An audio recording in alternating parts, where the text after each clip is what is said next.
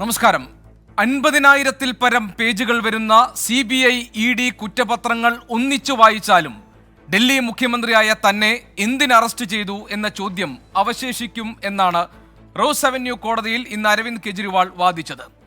അഭിഭാഷകനെ അനുവദിച്ചിരുന്നുവെങ്കിലും സ്വയം വാദിച്ചാണ് അനുവദിക്കപ്പെട്ട 5 മിനിറ്റിനുള്ളിൽ തനിക്കെതിരെ നടക്കുന്നത് BJPയുടെ രാഷ്ട്രീയ ഗൂഢാലോചനയാണ് എന്ന നിലപാട് കെജ്രിവാൾ കോടതിയെ അറിയിച്ചത്.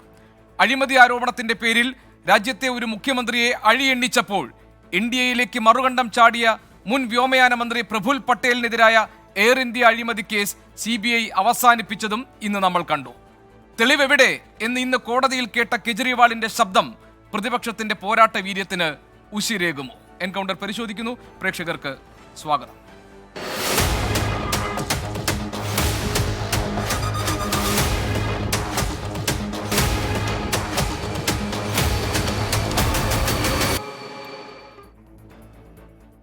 കോൺഗ്രസിലെ ശ്രീ രാജു പി നായർ, BJPയുടെ ശ്രീമതി TP സിന്ധുമോൾ, ആം ആദ്മി പാർട്ടിയുടെ ശ്രീമതി രാധിക നായർ, അഡ്വക്കേറ്റ് പ്രശാന്ത് പത്മനാഭൻ സുപ്രീം കോടതി അഭിഭാഷകനും നിയമവിദഗ്ധനുമാണ്. അദ്ദേഹം കൂടി ഈ ചർച്ചയിൽ നമ്മളോടൊപ്പം ഉണ്ടാകും. ശ്രീമതി രാധിക നായർ, ഇന്ന് കെജ്രിവാൾ കോടതിയിൽ സ്വയം വാദിച്ചുകൊണ്ടാണ് BJPയുടെ വലിയ രാഷ്ട്രീയ ഗൂഢാലോചന ഈ അറസ്റ്റിന് പിന്നിൽ ഉണ്ടായിട്ടുണ്ട് എന്നും BJP ഈ കാര്യത്തിൽ തൻ്റെ അറസ്റ്റിന് വേണ്ടി പണം വാങ്ങിയിട്ടുണ്ട് എന്നുമൊക്കെയുള്ള ഗുരുതരമായ ആരോപണങ്ങൾ ഉന്നയിച്ചിരിക്കുന്നത്. കാര്യങ്ങൾ ഇങ്ങനെയൊക്കെയാണെങ്കിലും അരവിന്ദ് കെജ്രിവാളിന് ജാമ്യം നൽകാൻ കോടതി വിസമ്മതിച്ചിരിക്കുകയാണ്. മറുഭാഗത്ത് ഡൽഹി ഹൈക്കോടതി ഇന്ന് അദ്ദേഹത്തിന് ഡൽഹി മുഖ്യമന്ത്രിയായി തുടരാനുള്ള അദ്ദേഹത്തിൻ്റെ അവകാശത്തെ സംരക്ഷിക്കുകയും ചെയ്തിട്ടുണ്ട്. പക്ഷേ വീണ്ടും ഈ കേസ് ദുർബലമാണെന്നും ഞാൻ നിരപരാധിയാണ് എന്നുമൊക്കെ അരവിന്ദ് കെജ്രിവാൾ സ്ഥാപിക്കാൻ ശ്രമിക്കുമ്പോഴും കോടതിയിൽ നിന്നുണ്ടാകുന്നത് തിരിച്ചടി തന്നെയാണല്ലോ. ശ്രീമതി രാധിക നായർ, എൻഫോഴ്സ്മെന്റ് ഡയറക്ടറേറ്റ് പറയുന്നു മുഴുവൻ തെളിവുകളുമുണ്ട്.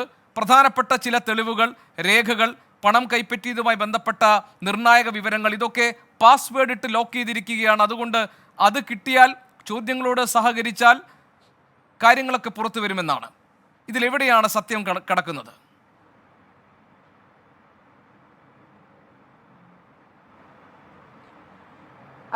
ഗോപി, സത്യം എവിടെയാണ് കിടക്കുന്നെന്ന് ഉള്ളത് വ്യക്തമായിട്ടുണ്ട്. ഒരു മണി ട്രെയിൽ PMLAക്ക് അധീനമാണ് ഈ കേസ് ഫയൽ ചെയ്തിരിക്കുന്നത്. അതിൻ്റെ ഏറ്റവും ആവശ്യമുള്ള കാര്യം മണി ട്രെയിൽ എസ്റ്റാബ്ലിഷ് ചെയ്യുക എന്നുള്ളതാണ്. മണി ട്രെയിൽ ഇതുവരെ എസ്റ്റാബ്ലിഷ് ആയിരിക്കുന്നത് ഈ കേസിൽ വിറ്റ്നസ്സസായിട്ട് വന്ന ആൾക്കാർ, പിന്നെ അപ്രൂവറായ 3 പേരുടെ സ്റ്റേറ്റ്മെൻറ്റ്സ് ആണ്. ആൻഡ് അവരെ അറസ്റ്റ് ചെയ്ത് കഴിഞ്ഞ് 5 മാസത്തോളം 6 മാസത്തോളം ജയിലിൽ കഴിഞ്ഞിട്ട് അവർ സ്റ്റേറ്റ്മെൻറ്റ് മാറ്റിക്കഴിഞ്ഞിട്ട് അവർ BJPക്ക് നൽകിയ ഇലക്ടോറൽ ബോണ്ടാണ് ഇന്ന് മണി ട്രെയിലായിട്ട് മുന്നിൽ നിൽക്കുന്നത്. ഇത് ഈ രാജ്യത്തെ പൗരന്മാരുടെ ലക്കാണ്. It's our good luck that ഇതെല്ലാം ഈ സമയത്ത് പുറത്ത് വന്നത്. അല്ലെങ്കിൽ നമ്മൾ ആരും ഇത് അറിയത്തില്ലായിരുന്നു. ഈ മണി ട്രെയിലിനെ കുറിച്ച് നമ്മൾക്ക് ഇൻഫർമേഷൻ നൽകിയത് ബഹുമാനപ്പെട്ട സുപ്രീം കോടതിയുടെ ആ ഒരു തീരുമാനമാണ്. സോ ഇതിൽ നിന്ന് വ്യക്തമാകുന്ന 2 കാര്യങ്ങളുണ്ട്. ഈ പ്രധാനപ്പെട്ട വിറ്റ്നസ്സസ് അല്ലെ അപ്രൂവേഴ്സ് ആയിരിക്കുന്ന ആൾക്കാരെല്ലാം തന്നെ ആദ്യം അവർ പറഞ്ഞിരുന്നത്, ശരത് ചന്ദ്ര റെഡ്ഡി പറഞ്ഞിരുന്നത്, ഞാൻ അരവിന്ദ് കെജ്രിവാളിനെ മീറ്റ് ചെയ്തിട്ടില്ല, ഞങ്ങൾ തമ്മിൽ സംസാരം ഉണ്ടായിട്ടില്ല, ഞങ്ങൾ തമ്മിൽ കണ്ടിട്ടില്ല. പിന്നെ ശരത് ചന്ദ്ര റെഡ്ഡി സ്റ്റേറ്റ്മെൻറ്റ് മാറ്റുകയുണ്ടായി, ആൻഡ് ഞങ്ങൾ തമ്മിൽ കണ്ടു എന്നാണ് പറഞ്ഞത്. അതിനോടൊപ്പം തന്നെ അയാളെ റിലീസ് ചെയ്യുകയും ചെയ്തു. റിലീസ് ചെയ്ത് കഴിഞ്ഞ് 5 കോടിയും 55 കോടിയുടെ 2 സെറ്റ് ഇലക്ടോറൽ ബോണ്ട്സ് കൊടുത്തതായി നമ്മൾക്ക് ഇന്ന് തെളിവുണ്ട്. അല്ല ശ്രീമതി രാധിക നായർ, അതിനിടയിൽ ഞാനൊന്ന് ചോദിച്ചോട്ടെ. ഇപ്പോൾ അരവിന്ദ് കെജ്രിവാൾ ആവർത്തിച്ചു പറയുന്നത് ഇതിന് പിന്നിൽ BJPയുടെ രാഷ്ട്രീയ ഗൂഢാലോചനയുണ്ട്, തന്നെ കൊടുക്കാൻ വേണ്ടി ശ്രമിക്കുന്നു, ആം ആദ്മി പാർട്ടിയെ നശിപ്പിക്കാൻ ശ്രമിക്കുന്നു, ഈ തെരഞ്ഞെടുപ്പിൽ എല്ലാ അർത്ഥത്തിലും പ്രതിരോധത്തിലാക്കാൻ വേണ്ടി ബോധപൂർവമായ നീക്കങ്ങൾ നടത്തുന്നു എന്നൊക്കെയാണല്ലോ. പക്ഷേ ഈ പർട്ടിക്കുലർ സ്പെസിഫിക് കേസിലേക്ക് വരാം. ഡൽഹി മദ്യനയ അഴിമതി കേസിൽ ഉണ്ടായിട്ടുള്ള ഈ കേസ്, ആ കേസുമായി ബന്ധപ്പെട്ട് നിലനിൽക്കുന്ന വ്യവഹാരങ്ങൾ, ഈ കാര്യത്തിൽ നിരപരാധിയാണ് എന്ന് തെളിയിക്കാനും ഇനി ഇതിന് പിന്നിൽ ഗൂഢാലോചന നടന്നിട്ടുണ്ടെന്ന് തെളിയിക്കാനുമുള്ള എന്തൊക്കെ തെളിവുകളാണ് ആം ആദ്മി പാർട്ടിക്കുള്ളത്? എന്താണ് ഇതുവരെ കോടതിയിൽ ഹാജരാക്കാൻ സാധിച്ചിട്ടുള്ളത്? ഇപ്പോൾ നിർണായകമായ പല വിവരങ്ങളും കോടതിക്ക് കൈമാറുമെന്ന് പറഞ്ഞിരുന്നെങ്കിൽ അതൊന്നും ആ നിലയ്ക്ക് സംഭവിച്ചിട്ടില്ല. ബിക്കോസ് ഗോപി, നമ്മൾ കാണേണ്ട ഇത് പരിശോധിച്ചാൽ ഈ 31,000 പേജസ് ഗോപി പറഞ്ഞല്ലോ, അതിനകത്ത് 4 സ്റ്റേറ്റ്മെൻറ്റ്സിലാണ് അരവിന്ദ് കെജ്രിവാളിൻ്റെ പേര് അപ്പിയർ ചെയ്യുന്നത്. ഈ 4 ഈ മങ്കുണ്ട ശ്രീനിവാസ റാവ് ജഗൻ റെഡ്ഡിയുടെ പാർട്ടിയുടെ മെമ്പർ ഓഫ് പാർലമെൻ്റ് ആണ്. അദ്ദേഹം പറഞ്ഞിരിക്കുന്നത് എന്താണ്? ഞാൻ അരവിന്ദ് കെജ്രിവാളുമായിട്ട് ബന്ധപ്പെട്ടു, എനിക്കൊരു അപ്പോയിൻമെൻറ്റ് വേണമെന്ന് പറഞ്ഞു. അപ്പോയിൻമെൻറ്റ് കിട്ടിയപ്പോൾ ഞാൻ പറഞ്ഞത്, സ്റ്റേറ്റ്മെൻറ്റിൽ എഴുതിയിട്ടുണ്ടത്, ദാറ്റ് എനിക്ക് എൻ്റെ ഫാമിലി ട്രസ്റ്റിൻ്റെ ഒരു ഓഫീസ് ഡൽഹിയിൽ തുടങ്ങണമെന്നുണ്ട്, ആഗ്രഹമുണ്ട്. അതിനുവേണ്ടി എനിക്ക് കുറച്ച് ഭൂമി വേണം. I want some land to start a family trust in Delhi, the office of my family trust in Delhi. അപ്പോൾ ശ്രീ അരവിന്ദ് കെജ്രിവാൾ അദ്ദേഹത്തിനോട് പറഞ്ഞു, ലാൻഡ് നമ്മുടെ അധീനമല്ല, ഡൽഹി ഗവൺമെൻറ്റിന് അധീനമല്ല, ഇത് LG ആണ് ഇതിൻ്റെ തീരുമാനമെടുക്കേണ്ടത്. നിങ്ങൾ എനിക്ക് ഒരു എഴുത്തയച്ചോളൂ, ഞാൻ അതിനെ LGയുടെ ഓഫീസിലേക്ക് ഫോർവേഡ് ചെയ്തേക്കാം. This is on record. ഇതും ലിക്കർ സ്കാമുമായിട്ട് എന്താണാവോ കണക്ഷൻ ഉള്ളത്? So the onus of proving that you are not guilty is being put on Arvind Kejriwal. ഞാൻ ഗിൽറ്റി അല്ലെന്നെങ്ങനെയാണ് സ്ഥാപിക്കുന്നത്? ഗുരുതരമായ ആരോപണങ്ങൾ ഉന്നയിച്ചവർ അതിൻ്റെ തെളിവ് നിർത്തേണ്ടത് അവരുടെ ചുമതലയല്ലേ? അല്ല രാധിക നായർ, ശ്രീമതി രാധിക നായർ, താങ്കൾ പറഞ്ഞത് ആ അർത്ഥത്തിൽ യുക്തിഭദ്രമാണ്, ശരിയാണ്. തെളിവുകൾ ഹാജരാക്കേണ്ടത് ഈ അന്വേഷണ ഏജൻസികളുടെ ഉത്തരവാദിത്തമാണ്. പക്ഷെ മറുഭാഗത്ത് ഇവിടെ തിരിച്ചൊരു ആരോപണമുണ്ട്, അതായത് ഇതിന് പിന്നിലൊരു രാഷ്ട്രീയ ഗൂഢാലോചന ഉണ്ടായിട്ടുണ്ട് എന്ന്. അതെങ്ങനെയാണ് പറയുന്നത്? ശരത്ചന്ദ്ര റെഡ്ഡി 55 കോടി രൂപ നൽകുന്നു അറസ്റ്റിന് തൊട്ടു പിന്നാലെ, 50 കോടി അറസ്റ്റിൽ അതിന് മുൻപ് നൽകുന്നു, 50 കോടി ഈ അറസ്റ്റിലായ ഉടനെ നൽകുന്നു. ഇപ്പോൾ ഇങ്ങനെയുള്ള ആരോപണങ്ങൾ ഒരു ഭാഗത്തുണ്ട്, അതിനും തെളിവുകൾ ഹാജരാക്കപ്പെട്ടിട്ടില്ല. രണ്ടാമത് അന്വേഷണ ഏജൻസി അരവിന്ദ് കെജ്രിവാളിനെ സംബന്ധിച്ച കാര്യങ്ങളിലെ തെളിവ് നൽകാത്തതിന് കാരണമായി പറയുന്നത് ചോദ്യം ചെയ്യലിനോട് സഹകരിക്കുന്നില്ല എന്നാണ്. ഇപ്പോൾ എൻഫോഴ്സ്മെന്റ് ഡയറക്ടറേറ്റ് അരവിന്ദ് കെജ്രിവാളിന്റെ അറസ്റ്റ് നടത്തുന്നത് 9 വട്ടം സമൻസ് അയച്ചിട്ടും ചോദ്യം ചെയ്യലിനോട് ഹാജരാകാതെ മാറി നിന്നതിനെ തുടർന്നാണ്. അപ്പോൾ കസ്റ്റഡിയിലെടുത്ത് ചോദ്യം ചെയ്യണം, ഒരു കസ്റ്റോഡിയൽ ഇൻറ്ററോഗേഷൻ വേണം എന്ന് എൻഫോഴ്സ്മെന്റ് ഡയറക്ടറേറ്റ് ആവശ്യപ്പെടുകയാണ്. മാത്രമല്ല ഇതിലെ പ്രധാനപ്പെട്ട തെളിവുകളൊക്കെ പാസ്വേഡിൽ ലോക്ക് ചെയ്യപ്പെട്ടിരിക്കുന്നു, ഞങ്ങളോട് സഹകരിക്കുന്നില്ല എന്നവർ പറയുകയാണ്.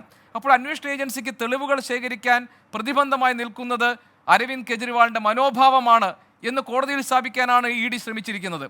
മറുഭാഗത്ത് അങ്ങനെയല്ല എങ്കിൽ കോടതി സ്വാഭാവികമായും ജാമ്യം അനുവദിക്കേണ്ടതായിരുന്നില്ലേ? ബഹുമാനപ്പെട്ട കോടതി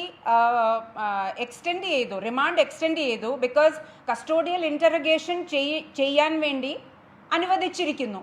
സോ നൗ കൺവീനിയൻ്റ് ആയിട്ടുള്ള ഒരു സ്റ്റേറ്റ്മെൻ്റ് ആണ് പറഞ്ഞിരിക്കുന്നത്, ഹി ഈസ് നോട്ട് കോഓപ്പറേറ്റിംഗ് എന്നുള്ളത്. അത് it is A very convenient statement.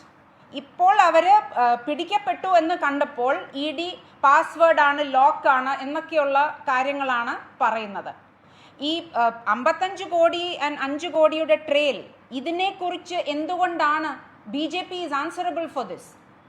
ശരിക്കും പറഞ്ഞാൽ they are under instructions. ED has been under clear instructions.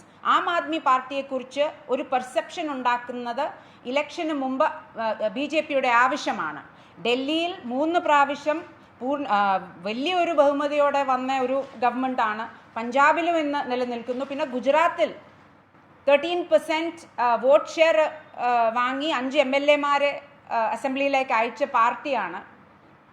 ഇപ്പം BJPയുടെ ഏറ്റവും വലിയ ആവശ്യം എന്ന് പറഞ്ഞാൽ അരവിന്ദ് കെജ്രിവാളിനെയും ഇന്ത്യ അലയൻസിനെയും ഓപ്പോസിഷനിലെ ലീഡേഴ്സിനെയും ഒക്കെ തന്നെ കറപ്റ്റായിട്ട് കാണിക്കുക. ഇന്ന് തന്നെ നമ്മൾക്ക് ഇൻഫർമേഷൻ ലഭിച്ചിട്ടുണ്ട്, ഫാർമ കമ്പനീസ്, ഇന്ത്യയിലെ ഏറ്റവും വലിയ ഫാർമ കമ്പനീസ് ടോപ്പ് 5 അതിൽ ഉൾപ്പെടും. അവരുടെ പല മരുന്നുകളും ടെസ്റ്റ് പ്രോട്ടോകോൾസ് പാസ് ചെയ്തില്ല. ടെസ്റ്റ് പ്രോട്ടോകോൾസിൽ ഫെയിൽ ചെയ്ത മരുന്നുകൾ ഇന്നും മാർക്കറ്റിലുണ്ട്. ഈ കമ്പനീസ് BJPയുടെ ഇലക്ടറൽ ബോണ്ട്സ് മേടിച്ചതായി തെളിവുണ്ട്. ശരിക്കും പറഞ്ഞാൽ പൗരന്മാരുടെ സുഖവും സമൃദ്ധിയും ആരോഗ്യം തന്നെയാണ് ഇന്ന് അവരിട്ട് കളിക്കുന്നത്.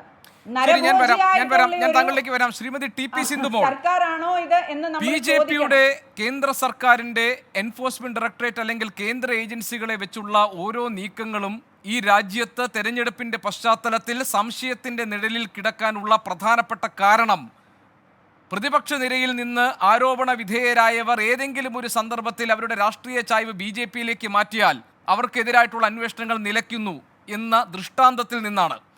പ്രഫുൽ പട്ടേലിനെതിരായിട്ടുള്ള കേസ് ഏതാണ്ട് ഒരു വർഷമായിട്ടുള്ള NDAയുടെ ഭാഗമായിട്ട് ഇന്നിതാ CBI ഈ തെരഞ്ഞെടുപ്പ് വേളയിൽ കൊടുത്തിരിക്കുന്ന എയർ ഇന്ത്യ അഴിമതി കേസ് അവസാനിപ്പിച്ചുവെന്ന്. ഇതിനു മുൻപും ഉണ്ടായിട്ടുണ്ട്. ശാരദാ ചിറ്റ് ഫണ്ട് കേസിൽ ഹിമന്ത ബിശ്വ ശർമ്മയുടെ കാര്യത്തിൽ, സുവേന്ദു അധികാരിയുടെ കാര്യത്തിൽ ഇത് തന്നെയാണ് സംഭവിച്ചത്. പിന്നെ കോൺഗ്രസ് ഉൾപ്പെടെയുള്ള പ്രതിപക്ഷ രാഷ്ട്രീയ പാർട്ടികൾ ആരോപിക്കുന്നു അഴിമതിയാണ് നിങ്ങളുടെ പ്രധാനപ്പെട്ട പ്രശ്നമെങ്കിൽ ഏറ്റവും വലിയ അഴിമതി നടന്നിരിക്കുന്നത് ഇലക്ട്രൽ ബോണ്ടിന്റെ കാര്യത്തിലാണെന്നാണ്. അവിടെയാണ് ആം ആദ്മി പാർട്ടിയുടെ നേതാവ് ഡൽഹി മുഖ്യമന്ത്രി അരവിന്ദ് കെജ്രിവാൾ അഭിഭാഷകനെ പോലും വേണ്ടെന്ന് വെച്ച് കോടതിയിൽ ഉയർന്ന ശബ്ദത്തിൽ പറയുന്നത് എനിക്കെതിരായിട്ടുള്ള രാഷ്ട്രീയ ഗൂഢാലോചന നടക്കുന്നു. CBIയുടെ 31,000 വരുന്ന പേജുകളുള്ള കുറ്റപത്രം നോക്കിയാലും എൻഫോഴ്സ്മെന്റ് ഡയറക്ടറേറ്റിന്റെ 25,000 പേജുള്ള കുറ്റപത്രം നോക്കിയാലും ചാന്ദിനി ചൗക്കിലെ ഒരു പോക്കറ്റ് അടിക്കാരനെ അറസ്റ്റ് ചെയ്യാൻ വേണ്ട തെളിവുകൾ പോലും അതിനകത്തില്ല. എന്തിന് ഡൽഹി മുഖ്യമന്ത്രി അറസ്റ്റ് ചെയ്തു എന്നതിന് തെളിവ് എവിടെ എന്ന ചോദ്യം ഇപ്പോഴും അവശേഷിക്കുന്നുണ്ട്. അവിടെ ബി.ജെ.പിയുടെ രാഷ്ട്രീയ പകയല്ലെങ്കിൽ പിന്നെന്ത് എന്ന് പ്രതിപക്ഷം ചോദിക്കുകയാണ്.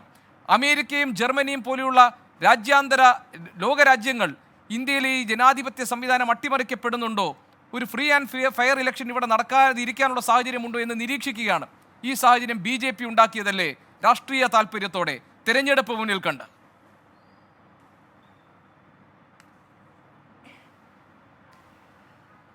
ഗോപികൃഷ്ണ, അരവിന്ദ് കെജ്രിവാളിനെ സംബന്ധിച്ച് അദ്ദേഹത്തിൻ്റെ കേസ് ഇന്ന് കോടതിയിലിരിക്കുകയാണ്.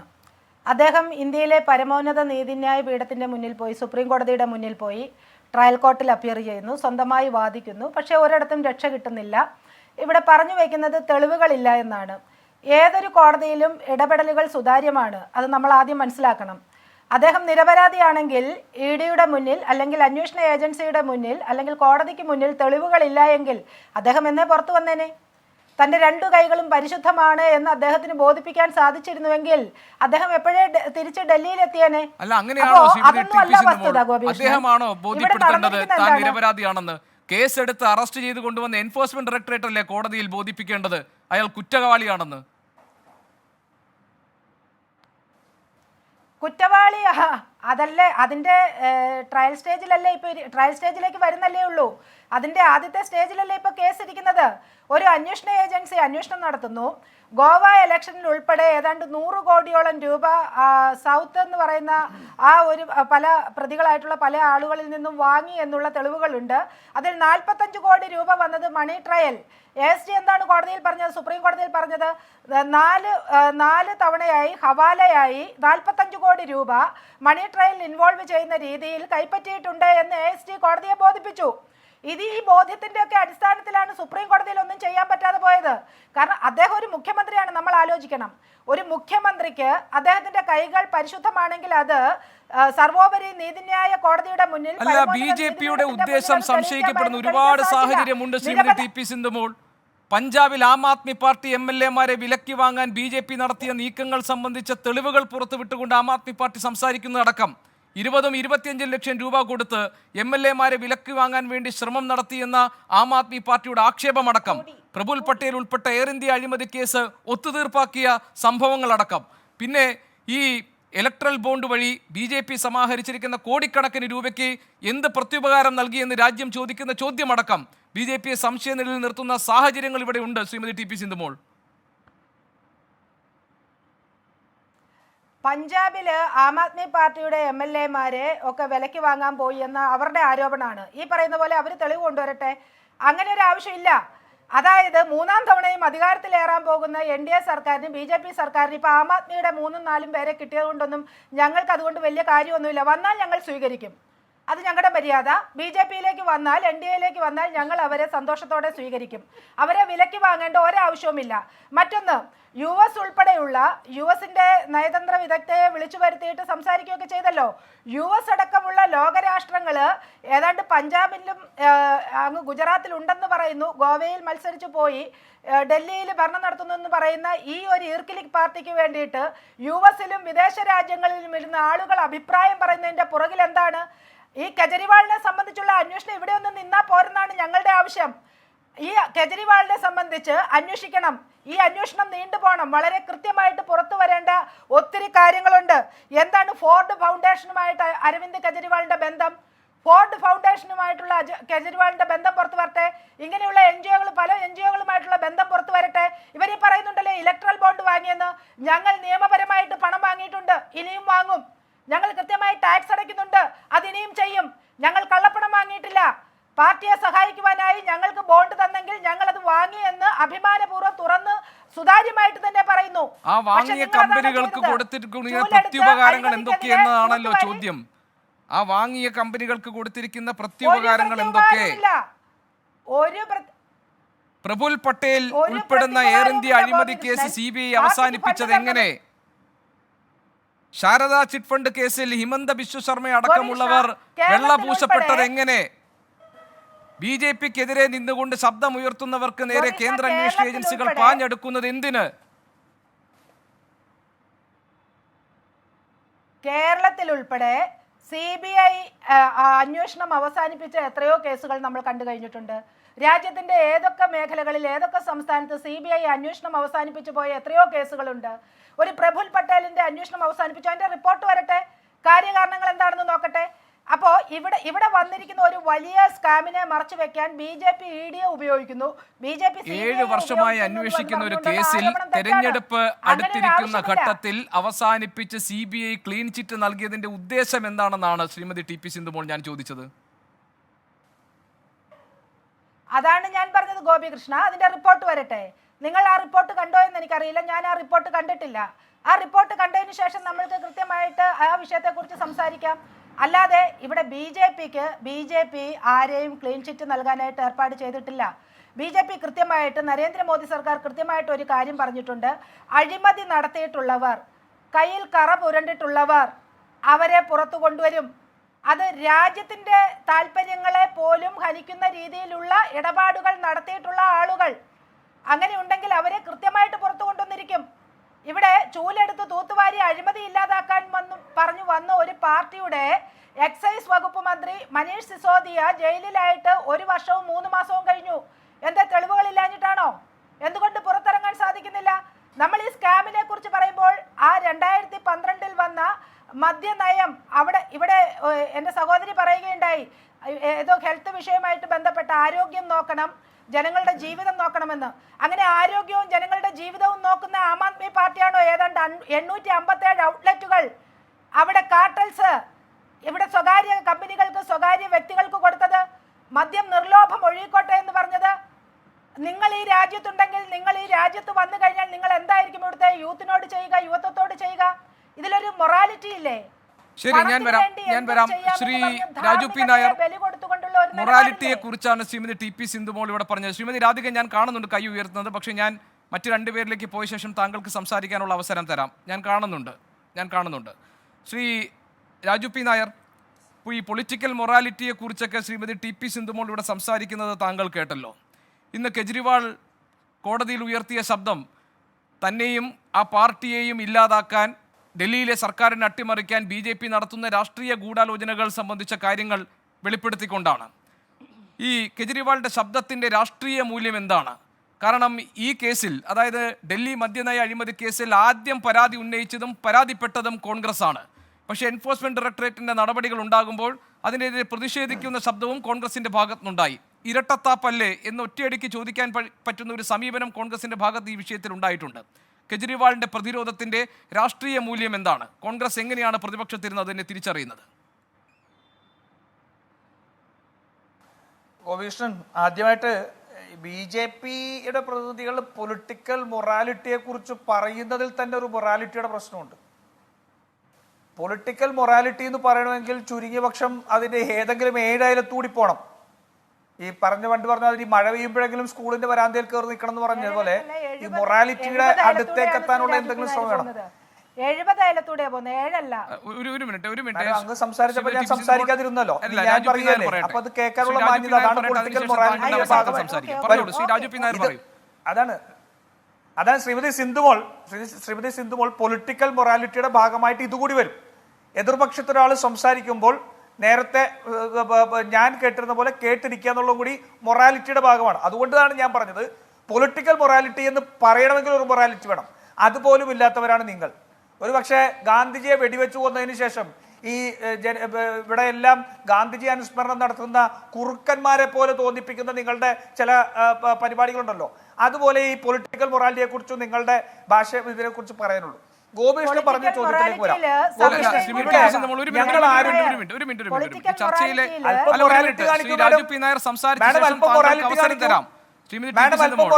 അവസരം നമ്മൾ അതിൽ വിവേചനത്തോടുകൂടി ഞാൻ ഇടപെടില്ല. ശ്രീ രാജു പി നായർ സംസാരിച്ച ശേഷം താങ്കൾക്ക് സമയം തരാം. ഇപ്പോൾ അദ്ദേഹത്തിന്റെ ഭാഗം പറയട്ടെ. ശ്രീ രാജു പി നായർ, താങ്കളുടെ സമയമാണ്, താങ്കൾക്ക് സംസാരിക്കാം. ശ്രീമതി സിന്ധുമോൾ പൊളിറ്റിക്കൽ മൊറാലിറ്റി എന്ന് പറഞ്ഞ നാക്ക് വെച്ച് അത് വിഴുങ്ങ അകത്തേക്ക് ഇടുന്നതിന് മുമ്പ് അത് ഘടകവിരുദ്ധമായിട്ട് പെരുമാറല്ലേ? നിങ്ങൾ പൊളിറ്റിക്കൽ മൊറാലിറ്റി കാണിക്കൂ. മൊറാലിറ്റി എന്താണ് എന്ന് നിങ്ങൾ മനസ്സിലാക്കാൻ ശ്രമിക്കൂ. ഒന്ന്, ഗോപികൃഷ്ണൻ പറഞ്ഞ കാര്യത്തിലേക്ക് ഞാൻ വരാം. എന്താണ് ഇവിടെ ഞങ്ങൾ അരവിന്ദ് കെജ്രിവാളിന്റെ ഒറ്റ വിഷയത്തെ മാത്രമായിട്ട് അരവിന്ദ് കെജ്രിവാളിന്റെ ഒരു വിഷയത്തിലേക്ക് മാത്രം ഇതിനെ ചുരുക്കി കാണുക ഞങ്ങൾ ആഗ്രഹിക്കുന്നില്ല. ഒരു തിരഞ്ഞെടുപ്പ് വരുന്നതിന് മുമ്പ്, ഒരു മാസത്തിന് മുമ്പ് ഈ രാജ്യത്തെ 2 മുഖ്യമന്ത്രിമാരെയാണ് അറസ്റ്റ് ചെയ്യുന്നത്. 2 മുഖ്യമന്ത്രിമാരെ. ജാർഖണ്ഡിലെ ഹേമന്ത് സോറനെ അറസ്റ്റ് ചെയ്തു, അതുപോലെ തന്നെ ആം ആദ്മി പാർട്ടിയുടെ കേജ്രിവാളിനെ അറസ്റ്റ് ചെയ്യുന്നു. ഞങ്ങൾ അഴിമതി ആരോപണം ഉണ്ടെങ്കിൽ ആ ആരോപണത്തെ സംബന്ധിച്ച് അന്വേഷിക്കുന്നതിന് യാതൊരു തടസ്സവും ആരും പറയുന്നില്ല. പക്ഷെ ഒരു ജനാധിപത്യ രാജ്യത്ത് ഇത്തരത്തിൽ ഒരു തെരഞ്ഞെടുപ്പിന് മുന്നിലേക്ക് നിൽക്കുമ്പോൾ ഈ നടത്തുന്ന ശ്രമം അത് ഏകപക്ഷീയമാണ്. ഏറ്റവും ആദ്യത്തെ പ്രശ്നം കോൺഗ്രസിന്റെയും അല്ലെങ്കിൽ BJP ഇതര മുഖ്യമന്ത്രിമാരുടെയും നേതാക്കന്മാരുടെ മേത്തേക്ക് മാത്രം ഓടിക്കയറുന്ന ഒരു എക്സ്റ്റോഷൻ ഡയറക്ടറേറ്റ് ആണ് ഒന്ന്. രണ്ടാമത്തെ കാര്യം, ഇപ്പൊ ഇവിടെ സൂചിപ്പിച്ചു പ്രഫുൽ പട്ടേലിനെ കുറിച്ച്. അദ്ദേഹത്തിന് ഇന്ന് CBI ക്ലീൻ ചിറ്റ് കൊടുത്തു. നല്ല കാര്യം. പ്രഫുൽ പട്ടേൽ ഞങ്ങളുടെ കൂടെ നിന്നപ്പോൾ അഴിമതി കാണിച്ചു എന്ന് ഞങ്ങൾ പറയുന്നില്ല. പ്രഫുൽ പട്ടേലിന് CBI ക്ലീൻ ചിറ്റ് കൊടുത്തത് നല്ല കാര്യം. പക്ഷെ എപ്പോഴാണ് കൊടുക്കുന്നത്? ഇനി അത് മാത്രമാണോ? ഹേമന്ത് സോറന്റെ ഹിമാന്ത ബിശ്വ ശർമ്മയുടെ കാര്യം പറഞ്ഞു, മുകുൾ റോയുടെ കാര്യമുണ്ട്, അതുപോലെ തന്നെ മറ്റു നേതാക്കന്മാരുടെ അജിത് പവാറിന്റെ അഴിമതി കേസുണ്ട്. എന്തേ നിങ്ങൾക്കാർക്കും ഇത് അന്വേഷിക്കണ്ടേ? ഈ അഴിമതിക്കെതിരെയുള്ള പോരാട്ടം എങ്ങനെ ഒരു വശത്തേക്ക് മാത്രമാവുന്നത്? BJPയിലേക്ക് വന്ന BJPയുടെ നേതാക്കന്മാർക്കെതിരെ അഴിമതി അന്വേഷണം എങ്ങനെയാ സ്വിച്ചിട്ട പോലെ നിൽക്കുന്നത്? ഈ ജനാധിപത്യ വിരുദ്ധമായ നടപടി ഇത് വളരെ പ്രകടമാണ്. ഒരു ഭരണം അടുത്ത തെരഞ്ഞെടുപ്പ് ജയിക്കുന്നതിന് വേണ്ടി ജനാധിപത്യ വിരുദ്ധമായിട്ട് പ്രതിപക്ഷത്തെ ഇല്ലായ്മ ചെയ്യുന്നതിന് വേണ്ടിയുള്ള ശ്രമങ്ങൾ നടത്തുന്നു എന്നുള്ളത് പ്രകടമാണ്. ആ പ്രകടമായ അതിന്റെ ഏറ്റവും വലിയ ഉദാഹരണം US ഉൾപ്പെടെ ജർമ്മനി ഉൾപ്പെടെയുള്ള രാജ്യങ്ങൾ ഇത് സംബന്ധിച്ച് നിരീക്ഷണം നടത്തുന്നതാണ്. നരേന്ദ്രമോദി എപ്പോഴും പറഞ്ഞത് US-ന്റെ ഏറ്റവും വലിയ സുഹൃത്താണെന്നല്ലേ. US-ന്റെ കാല് നിൽക്കുന്നതാണ് എൻ്റെ ഏറ്റവും വലിയ ക്വാളിറ്റി എന്ന് വിശ്വസിച്ചിരിക്കുന്ന ഒരു പാർട്ടിയും പ്രധാനമന്ത്രിയുമാണ്. അവിടെ എന്തെങ്കിലും പറയുമ്പോഴത്തേക്ക് റെഡ് കാർപ്പറ്റിൽ എന്നെ സ്വീകരിക്കാൻ വന്നു എന്ന് വലിയ വായിൽ പറയുന്നവരല്ലേ. എന്തേ ഈ രാജ്യത്തെ ജനാധിപത്യത്തെ കുറിച്ച് US ഒരു പ്രസ്താവന നടത്തിയിട്ട് നിങ്ങൾക്ക് എന്താ ഈ ലോകത്തിന് മുമ്പിൽ ഞങ്ങൾ നാണം കെടുന്നു എന്നുള്ള ബോധ്യമില്ലേ? ഇനി ഞാനൊരു കാര്യം ചോദിക്കട്ടെ, സിന്ധുമോള് അല്പമെങ്കിലും നിങ്ങൾ പറഞ്ഞ പൊളിറ്റിക്കൽ മൊറാലിറ്റി അതുണ്ടെങ്കിൽ അടുത്ത അങ്ങയുടെ ഘട്ടത്തിൽ നിങ്ങൾ ഉന്നയിച്ച ആരോപണങ്ങൾക്ക് മാപ്പ് പറയണം. പ്രഫുൽ പട്ടേലിന് CBI ക്ലീൻ ചിറ്റ് കൊടുത്തിട്ടുണ്ടെങ്കിൽ നിങ്ങൾ 2014 മുമ്പ് ഉന്നയിച്ച ആരോപണത്തിന് മറുപടി പറയണം. 2G കേസിൽ അത് ട്രയൽ ജഡ്ജ് പറഞ്ഞു, ഞാൻ 7 വർഷം ദിവസവും രാവിലെ മുതൽ വൈകുന്നേരം വരെ അവധി ദിവസങ്ങൾ ഉൾപ്പെടെ ഈ കോടതിയുടെ വാതിൽ തുറന്നിട്ടിരുന്നു. ആരെങ്കിലും ഒരാൾ ഞങ്ങൾക്കൊരു വിശ്വസിക്കാവുന്ന തെളിവ് കൊണ്ടുവരാൻ വേണ്ടി ഞങ്ങൾ കാത്തിരുന്നു. ഒരു തെളിവും ഉണ്ടായില്ല. അതുകൊണ്ട് ആ കേസ് ഞങ്ങൾ അവസാനിപ്പിക്കുന്നു എന്ന് പറഞ്ഞത് ജഡ്ജിയാ. നരേന്ദ്രമോദി 2014 മുമ്പ് എന്താ പറഞ്ഞത്? ഞാൻ സംസാരിച്ച് നിൽക്കുന്നിടത്ത് നിന്ന് എഴുതി തുടങ്ങിയാൽ 2,75,000 കോടിയുടെ അവസാനത്തെ പൂജ്യം 10 ജന്മത്തിൽ പോയി നിൽക്കും. അല്പമെങ്കിലും പൊളിറ്റിക്കൽ മൊറാലിറ്റി എന്ന് പറയുന്നതുണ്ടെങ്കിൽ നരേന്ദ്രമോദി മാപ്പ് പറയണ്ടേ? തന്റെ അന്വേഷണ ഏജൻസി ക്ലോസ് ചെയ്തു കേസ്. കോൾ സ്കാം എന്തായിരുന്നു? കോൾ സ്കാം ഈ നരേന്ദ്രമോദിയുടെ CBI ക്ലോസ് ചെയ്തു. എന്തായിരുന്നു? 3,75,000 കോടി രൂപ അല്ലേ? ഇനി ആ കോൾ സ്കാമിൽ പ്രതിയായിരുന്ന നവീൻ ജിണ്ടാൽ, ആ നവീൻ ജിണ്ടാൽ ബി ജെ പിയിലെത്തി. സിന്ധു മാഡം, ഒരു പൊളിറ്റിക്കൽ മൊറാലിറ്റി എന്ന് പറഞ്ഞ വാക്ക് അങ്ങാണല്ലോ ഉപയോഗിച്ചത്. ഒരല്പമെങ്കിലും ഉണ്ടെങ്കിൽ നിങ്ങളുടെ ഘട്ടത്തിൽ ഞങ്ങൾ ഉന്നയിച്ച ആരോപണങ്ങളെല്ലാം തെറ്റായിരുന്നു എന്ന്, അതിന് ഞങ്ങൾ മാപ്പ് ചോദിക്കുന്നു എന്ന് പറയാനുള്ള ആർജവം നിങ്ങൾക്കുണ്ടോ? Political morality നിങ്ങൾക്കുണ്ടോ? അതില്ലല്ലോ. അപ്പൊ അതില്ലാത്തവർ പറയണ്ട. ഇതിന്റെ ഒന്നും ലക്ഷ്യം മറ്റൊന്നുമല്ല ഗോപികൃഷ്ണൻ. നമ്മൾ ഇന്നത് ചർച്ച ചെയ്തുകൊണ്ടിരിക്കുന്നു. കഴിഞ്ഞ എത്രയോ ദിവസങ്ങളായിട്ട് നമ്മൾ ചർച്ച ചെയ്തുകൊണ്ടിരിക്കുന്നു. ഈ ചർച്ച നടക്കുമ്പോൾ യഥാർത്ഥ അഴിമതി മുഴുവൻ ഇന്ന് ചർച്ച ചെയ്യപ്പെടാതിരിക്കുകയാണ്. യഥാർത്ഥ അഴിമതി എന്താ? ഇലക്ട്രൽ ബോണ്ടായിരുന്നു യഥാർത്ഥ അഴിമതി. സിന്ധുമോളിന്റെ നേതാവ് നിർമ്മല സീതാരാമന്റെ ഭർത്താവ് പരകാല പ്രഭാകരൻ പറഞ്ഞിരിക്കുകയാണ്, ഈ ലോകം കണ്ടതിൽ വെച്ച് ഏറ്റവും വലിയ അഴിമതിയാണ് ഈ ഇലക്ട്രൽ ബോണ്ട് എന്ന് പറഞ്ഞിരിക്കുകയാണ്. സിന്ധുമോൾ അല്പം പൊളിറ്റിക്കൽ മൊറാലിറ്റി ഒക്കെ ആയിക്കൂടെ? സ്വന്തം നേതാവിന്റെ വീട്ടിലുള്ള ഒരു അംഗം തന്നെയാണ് ഈ രാജ്യത്തിന്റെ അവസ്ഥയെക്കുറിച്ച് പറഞ്ഞിരിക്കുന്നത്. അല്പം പൊളിറ്റിക്കൽ മൊറാലിറ്റി തോന്നുന്നുണ്ടോ സിന്ധു മാഡം? അപ്പോ ആ ഇലക്ട്രൽ ബോണ്ടിനെ സംബന്ധിച്ച് ചർച്ച ചെയ്യരുത് എന്നുള്ള അജണ്ടയാണ് ഈ തെരഞ്ഞെടുപ്പിന് മുമ്പായിട്ട് ഇത്തരത്തിലുള്ള നടപടികളിലേക്ക് പോകുന്നത്. പക്ഷെ അവിടെ കൊല ചെയ്യപ്പെടുന്നത് ഇന്ത്യയുടെ ജനാധിപത്യമാണ്. ഈ ലോകത്തിന് മുൻപിൽ ഏറ്റവും വലിയ ജനാധിപത്യ രാജ്യമായിരുന്നു എന്ന് പ്രശംസിക്കപ്പെട്ട അഭിമാനബോധത്തോടു കൂടി ഇരുന്ന ഞാനും ഗോപികൃഷ്ണനുമെല്ലാം ഇന്ന് ലോകത്തിന് മുൻപിൽ തല താഴ്ത്തി നിൽക്കേണ്ട സാഹചര്യമാണ്. ഒരു തിരഞ്ഞെടുപ്പ് അട്ടിമറിക്കാൻ വേണ്ടി ഈ രാജ്യത്തിന്റെ പ്രധാനമന്ത്രിയുടെ നേതൃത്വത്തിൽ ഗൂഢാലോചന നടത്തി പ്രതിപക്ഷ പാർട്ടികളെ ഇല്ലാതെയാക്കാനുള്ള ശ്രമം നടക്കുന്നു. അതുകൊണ്ട് അഴിമതി അല്ല ഇവരുടെ പ്രശ്നം. ഇവരുടെ പ്രശ്നം ഈ അടുത്ത തെരഞ്ഞെടുപ്പിൽ ഒരു പ്രതിപക്ഷ ശബ്ദത്തെ ഇല്ലാതെയാക്കാൻ കഴിയുമെന്നാണ്. അഴിമതി ആയിരുന്നു പ്രശ്നമെങ്കിൽ അജിത് പവാറിനെതിരെ നടപടിയെടുക്കണമായിരുന്നു, ദിഗംബർ കമത്തിനെതിരെ നടപടിയെടുക്കണമായിരുന്നു, ഹിമാന്ത വിശ്വാസ് ശർമ്മയ്ക്കെതിരെ നടപടിയെടുക്കണമായിരുന്നു, അദാനിക്കെതിരെ നടപടിയെടുക്കണമായിരുന്നു. 20 ലക്ഷം കോടി ഇന്ത്യയുടെ പ്രതിരോധ വകുപ്പ് മേഖലയിൽ നിക്ഷേപിച്ചില്ലേ? ആരാണെന്ന് പോലും അറിയില്ല. ചൈനീസ് കമ്പനിയാ ഇന്ത്യയുടെ പ്രതിരോധ മേഖലയിൽ. ആരാണെന്ന് പോലും അറിയില്ല. ഷെൽ കമ്പനിയുടെ പണം വന്നു. ഒരു അന്വേഷണം നടത്താൻ ഇവർ തയ്യാറായിട്ടുണ്ടോ? അപ്പൊ അഴിമതി അല്ല ഇവരുടെ പ്രശ്നം. ഈ രാജ്യത്തെ ഏറ്റവും വലിയ അഴിമതിയായിട്ട് ഇലക്ട്രൽ ബോണ്ട്, അതിനെ തുടർന്ന് ഉയർന്നു വന്നിരിക്കുന്ന PM കെയർ ഫണ്ടിനെ സംബന്ധിച്ചിട്ടുള്ള ആരോപണം, ഈ ആരോപണങ്ങളിൽ നിന്നെല്ലാം ഈ ചർച്ചകളെ വ്യതിചലിപ്പിച്ചു വിടാൻ വേണ്ടി എടുത്തിരിക്കുന്ന നടപടിയാണ്. അതിന് ഈ രാജ്യം നൽകുന്ന വില അതിന്റെ ജനാധിപത്യ സ്വഭാവമാണ്. ഞാൻ വരാം. അഡ്വക്കേറ്റ് പ്രശാന്ത് പത്മനാഭൻ, ഇന്നിപ്പോൾ കോടതിയിലെ നടപടിക്രമങ്ങളെ സൂക്ഷ്മമായി പരിശോധിക്കുകയാണെങ്കിൽ ഒന്നാമത്തെ ഘട്ടത്തിൽ ഇപ്പോൾ ഏറ്റവും പ്രധാനപ്പെട്ട ഒരു പ്രതിസന്ധി ഉണ്ടായിരുന്നത് ജയിലിൽ കിടക്കുന്ന അല്ലെങ്കിൽ തടവിൽ അറസ്റ്റിലാക്കപ്പെട്ട മുഖ്യമന്ത്രിയായിരിക്കുന്ന അരവിന്ദ് കെജ്രിവാളിന് എങ്ങനെ ഡൽഹിയിലെ ഭരണം നടത്താൻ കഴിയുമെന്നുള്ളതായിരുന്നു. 2 ഉത്തരവുകൾ മുഖ്യമന്ത്രി ഒപ്പുവെച്ചു, അത് നടപ്പാക്കിയിട്ടുണ്ട്. എങ്ങനെ നടത്താൻ കഴിയും? അതിനെക്കുറിച്ച് ഭരണഘടനയിലോ നിയമപരമായോ അതിനെപ്പറ്റിയിട്ട് ഒരു വ്യക്തതയും ഇല്ലാത്ത സാഹചര്യത്തിൽ അത് സ്വാഭാവികമായും പ്രതിസന്ധിയായി മാറുമെന്ന് കരുതി. അവിടെയാണ് മുഖ്യമന്ത്രി സ്ഥാനത്ത് നിന്ന് മാറ്റണമെന്നൊരു പൊതു താൽപര്യ ഹർജി ഹൈക്കോടതിയുടെ പരിഗണനയിൽ നിന്ന് വന്നത്. പക്ഷേ കോടതി മാറ്റേണ്ട സാഹചര്യമില്ല എന്ന നിലപാടെടുത്തു. മറ്റൊന്ന്, ഇന്ന് അഭിഭാഷകൻ വേണ്ട എന്ന് തീരുമാനിച്ചുകൊണ്ട് സ്വയം തൻ്റെ വാദങ്ങൾ കോടതിക്ക് മുന്നിൽ പ്രസന്റ് ചെയ്ത അരവിന്ദ് കെജ്രിവാളിൻ്റെ നിലപാടുകളാണ്. അവിടെ അദ്ദേഹം പറയുന്നു, ഇതിന് പിന്നിൽ ചില രാഷ്ട്രീയ ഗൂഢാലോചന നടന്നിട്ടുണ്ട് BJPയുടെ വക. അത് ശരത്ചന്ദ്ര റെഡ്ഡി, BJP ഈ ശരത്ചന്ദ്ര റെഡ്ഡിയിൽ നിന്ന് പണം വാങ്ങിയെന്നും 55 കോടി നൽകിയിട്ടുണ്ടെന്നും അതിൽ 50 കോടി ഈ അറസ്റ്റിലായ ശേഷം കൊടുത്തു, അതിന് തെളിവുകളുണ്ട് എന്നുമാണ്. അപ്പോൾ ഇങ്ങനെയെല്ലാം ഇതിന് പിന്നിൽ രാഷ്ട്രീയ ഗൂഢാലോചനയുണ്ടെന്നും ഇതിന് പിന്നിൽ പണം വാങ്ങിയിട്ടുള്ള ചില ഏർപ്പാടുകളുണ്ടെന്നും CBIയുടെ റിപ്പോർട്ടിലോ എൻഫോഴ്സ്മെന്റ് ഡയറക്ടറേറ്റിന്റെ കുറ്റപത്രത്തിലോ ഒന്നും തന്നെ അറസ്റ്റ് ചെയ്യാൻ പാകത്തിൽ എന്ത് തെളിവാണെന്ന് വ്യക്തമാക്കുന്നില്ല എന്നുമൊക്കെ കോടതിയിൽ പ്രസന്റ് ചെയ്ത ശേഷവും ജാമ്യം നിഷേധിക്കപ്പെടുകയാണ് ഉണ്ടായത്. അതായത് എൻഫോഴ്സ്മെന്റ് ഡയറക്ടറേറ്റ് പറയുന്ന ഭാഗത്തെ കോടതി അംഗീകരിച്ചിട്ടുണ്ട് എന്നാണോ നമ്മൾ അതിൽ നിന്ന് മനസ്സിലാക്കേണ്ടത്? കാരണം ED പറയുന്നത് ചോദ്യം ചെയ്യലിനോട് സഹകരിക്കുന്നില്ല എന്നാണ്.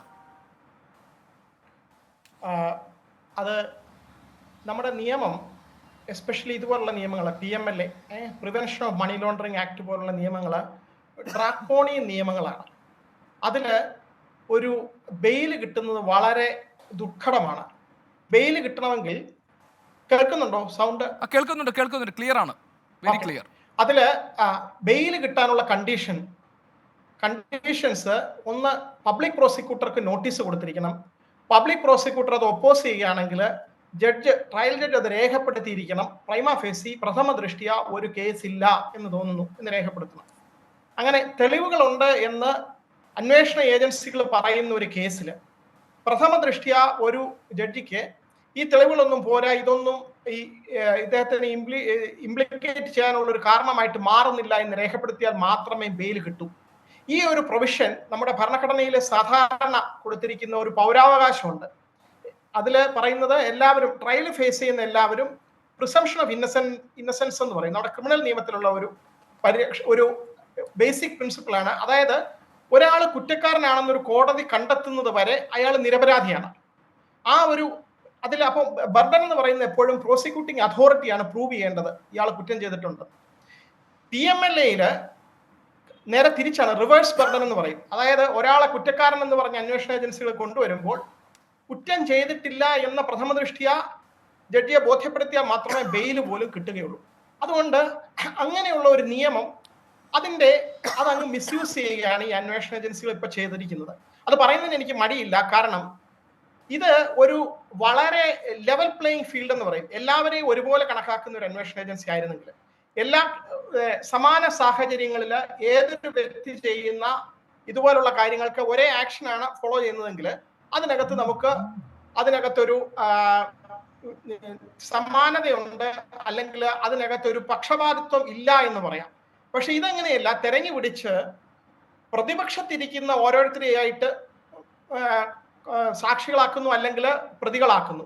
അതിൽ എന്താണ് അരവിന്ദ് കെജ്രിവാളിനെതിരെയുള്ള തെളിവ്? അതാണ് അദ്ദേഹം ഇന്ന് കോടതിയിൽ സ്ഥാപിക്കാൻ ശ്രമിച്ചത്. അദ്ദേഹത്തിനെതിരെയുള്ള മൊഴി എന്ന് പറയുന്നത്, മൊഴി ഇങ്ങനെ മാറ്റി പറയുകയാണ് ആളുകൾ.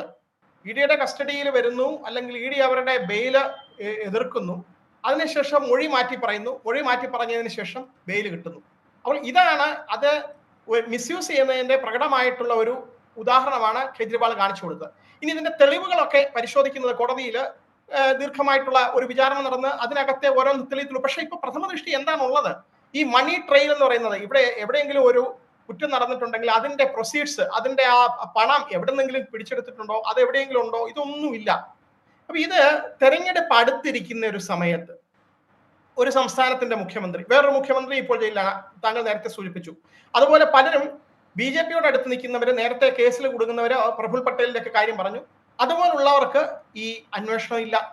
അതുപോലെ ഇലക്ട്രൽ ബോണ്ട് എന്ന് പറയുന്ന സുപ്രീം കോടതിയാണ് പറഞ്ഞത്. ഇത് ഇവിടെ BJPയുടെ പ്രതിനിധി പറയുന്നത് കേട്ടു, ശരിയായ നിയമത്തിൽ കൂടെ സ്വീകരിച്ചു. ആ നിയമം തന്നെ അസാധുവാക്കിയതാണ് കോടതി, അത് അൺകോൺസ്റ്റിറ്റ്യൂഷണൽ ആണെന്ന് പറഞ്ഞു. അപ്പൊ അങ്ങനെ ക്വിഡ് പ്രോക്കോ ഉണ്ടാകാം എന്ന് പറഞ്ഞു. അപ്പൊ ഇങ്ങനെ ഒരു വളരെ വലിയൊരു അഴിമതി നിയമത്തിന്റെ ബലത്തോടു കൂടി നടപ്പാക്കിയിട്ട് അതിൽ പലരുടെയും കയ്യിൽ നിന്ന് പണം കൈപ്പറ്റി, ഭാഗ്യവശാൽ നമുക്ക് സുപ്രീം കോടതിയിൽ നിന്ന് ഇങ്ങനെ ഒരു ജഡ്ജ്മെന്റ് വന്നതുകൊണ്ട് ആരൊക്കെയാണ് ആർക്കൊക്കെ പണം കൊടുത്തതെന്ന് പുറത്തു വന്നു. ഇതില്ലായിരുന്നെങ്കിൽ ഇതുപോലും അറിയാൻ കഴിയില്ലായിരുന്നു. അപ്പൊ ഇതെല്ലാം കഴിഞ്ഞിട്ട് ഈ ഭരണത്തിലിരിക്കുന്ന ഒരു പാർട്ടി ഏകാധിപത്യത്തെ പോലെ പെരുമാറുന്നു. ജനാധിപത്യത്തില് വേറെ പാർട്ടികളൊന്നും വേണ്ടെന്നാണോ? പ്രതിപക്ഷ പാർട്ടികളൊന്നും വേണ്ട, ഇനി 2024 ഇലക്ഷന് കോൺഗ്രസിന് പണം ഇല്ല, കോൺഗ്രസിന്റെ പഴയ എത്രയോ വർഷങ്ങൾ പഴയ 30 വർഷം പഴയ ഇൻകം ടാക്സിന്റെ റിട്ടേൺ ഒക്കെ എടുത്തിട്ടാണ് ഇൻകം ടാക്സ് അതോറിറ്റിയെ കൊണ്ട് 135 കോടി പിടിച്ചെടുത്തു എന്നാണ് പറയുന്നത്. ബാങ്ക് അക്കൗണ്ട് ഓപ്പറേറ്റ് ചെയ്യാൻ പറ്റുന്നില്ല എന്ന് പ്രധാന പ്രതിപക്ഷ കക്ഷിയുടെ നേതാവ് ടിവിയിൽ പറയുന്നത് നമ്മൾ കണ്ടു. ഇപ്പോൾ BJP പ്രതിനിധി പറയുകയാണ് ഒരു ഈർക്കിൽ പാർട്ടിയാണ്, ഒരു നാഷണൽ പാർട്ടിയാണ്, അവർക്ക് പ്രതിപക്ഷ ബഹുമാനം പോലുമില്ല. ഒരു നാഷണൽ പാർട്ടി സ്റ്റാറ്റസ് ഉള്ള ആം ആദ്മി പാർട്ടിയുടെ ഒരു സംസ്ഥാനത്തിന്റെ മുഖ്യമന്ത്രിയെ അറസ്റ്റ് ചെയ്യുന്നു. ജർമ്മനി, അതിനുശേഷം അമേരിക്ക, ഇപ്പോൾ പറയാണ്, ഇന്ത്യയോട് പറയാണ്, ഇന്ത്യ ഒരു വലിയ ജനാധിപത്യ രാജ്യമാണ്, നിങ്ങൾ സുതാര്യമായിട്ടുള്ള നിയമ പ്രോസസ്സിൽ കൂടി വേണം ഇത് ചെയ്യാൻ. ഇതിൽ പരം നാണക്കേട് എന്തുണ്ട്? നമ്മളെ ഇത്രയും ഏറ്റവും വലിയ ജനാധിപത്യം എന്ന് നമ്മൾ അഭിമാനിച്ചിരുന്ന ഇന്ത്യയോട് ബാക്കി രാജ്യങ്ങൾ നമുക്ക് രക്ഷ തരികയാണ്. അത് ആ രീതിയിൽ മനസ്സിലാക്കാതെ അതിനെയും വേറെ രീതിയിൽ കുറ്റപ്പെടുത്തിക്കൊണ്ടാണ് ഇവിടെ ഭരണകക്ഷിയുടെ പ്രതിനിധി സംസാരിക്കുന്നത്. ഇതിൽ നിന്ന് നമ്മൾ മനസ്സിലാക്കേണ്ടത് അപകടകരമായ ഒരു സ്ഥിതിവിശേഷത്തിലേക്ക് നമ്മുടെ രാജ്യം കൂപ്പുകുത്തിക്കൊണ്ടിരിക്കുകയാണ്. അതിന് സംശയമൊന്നും വേണ്ട.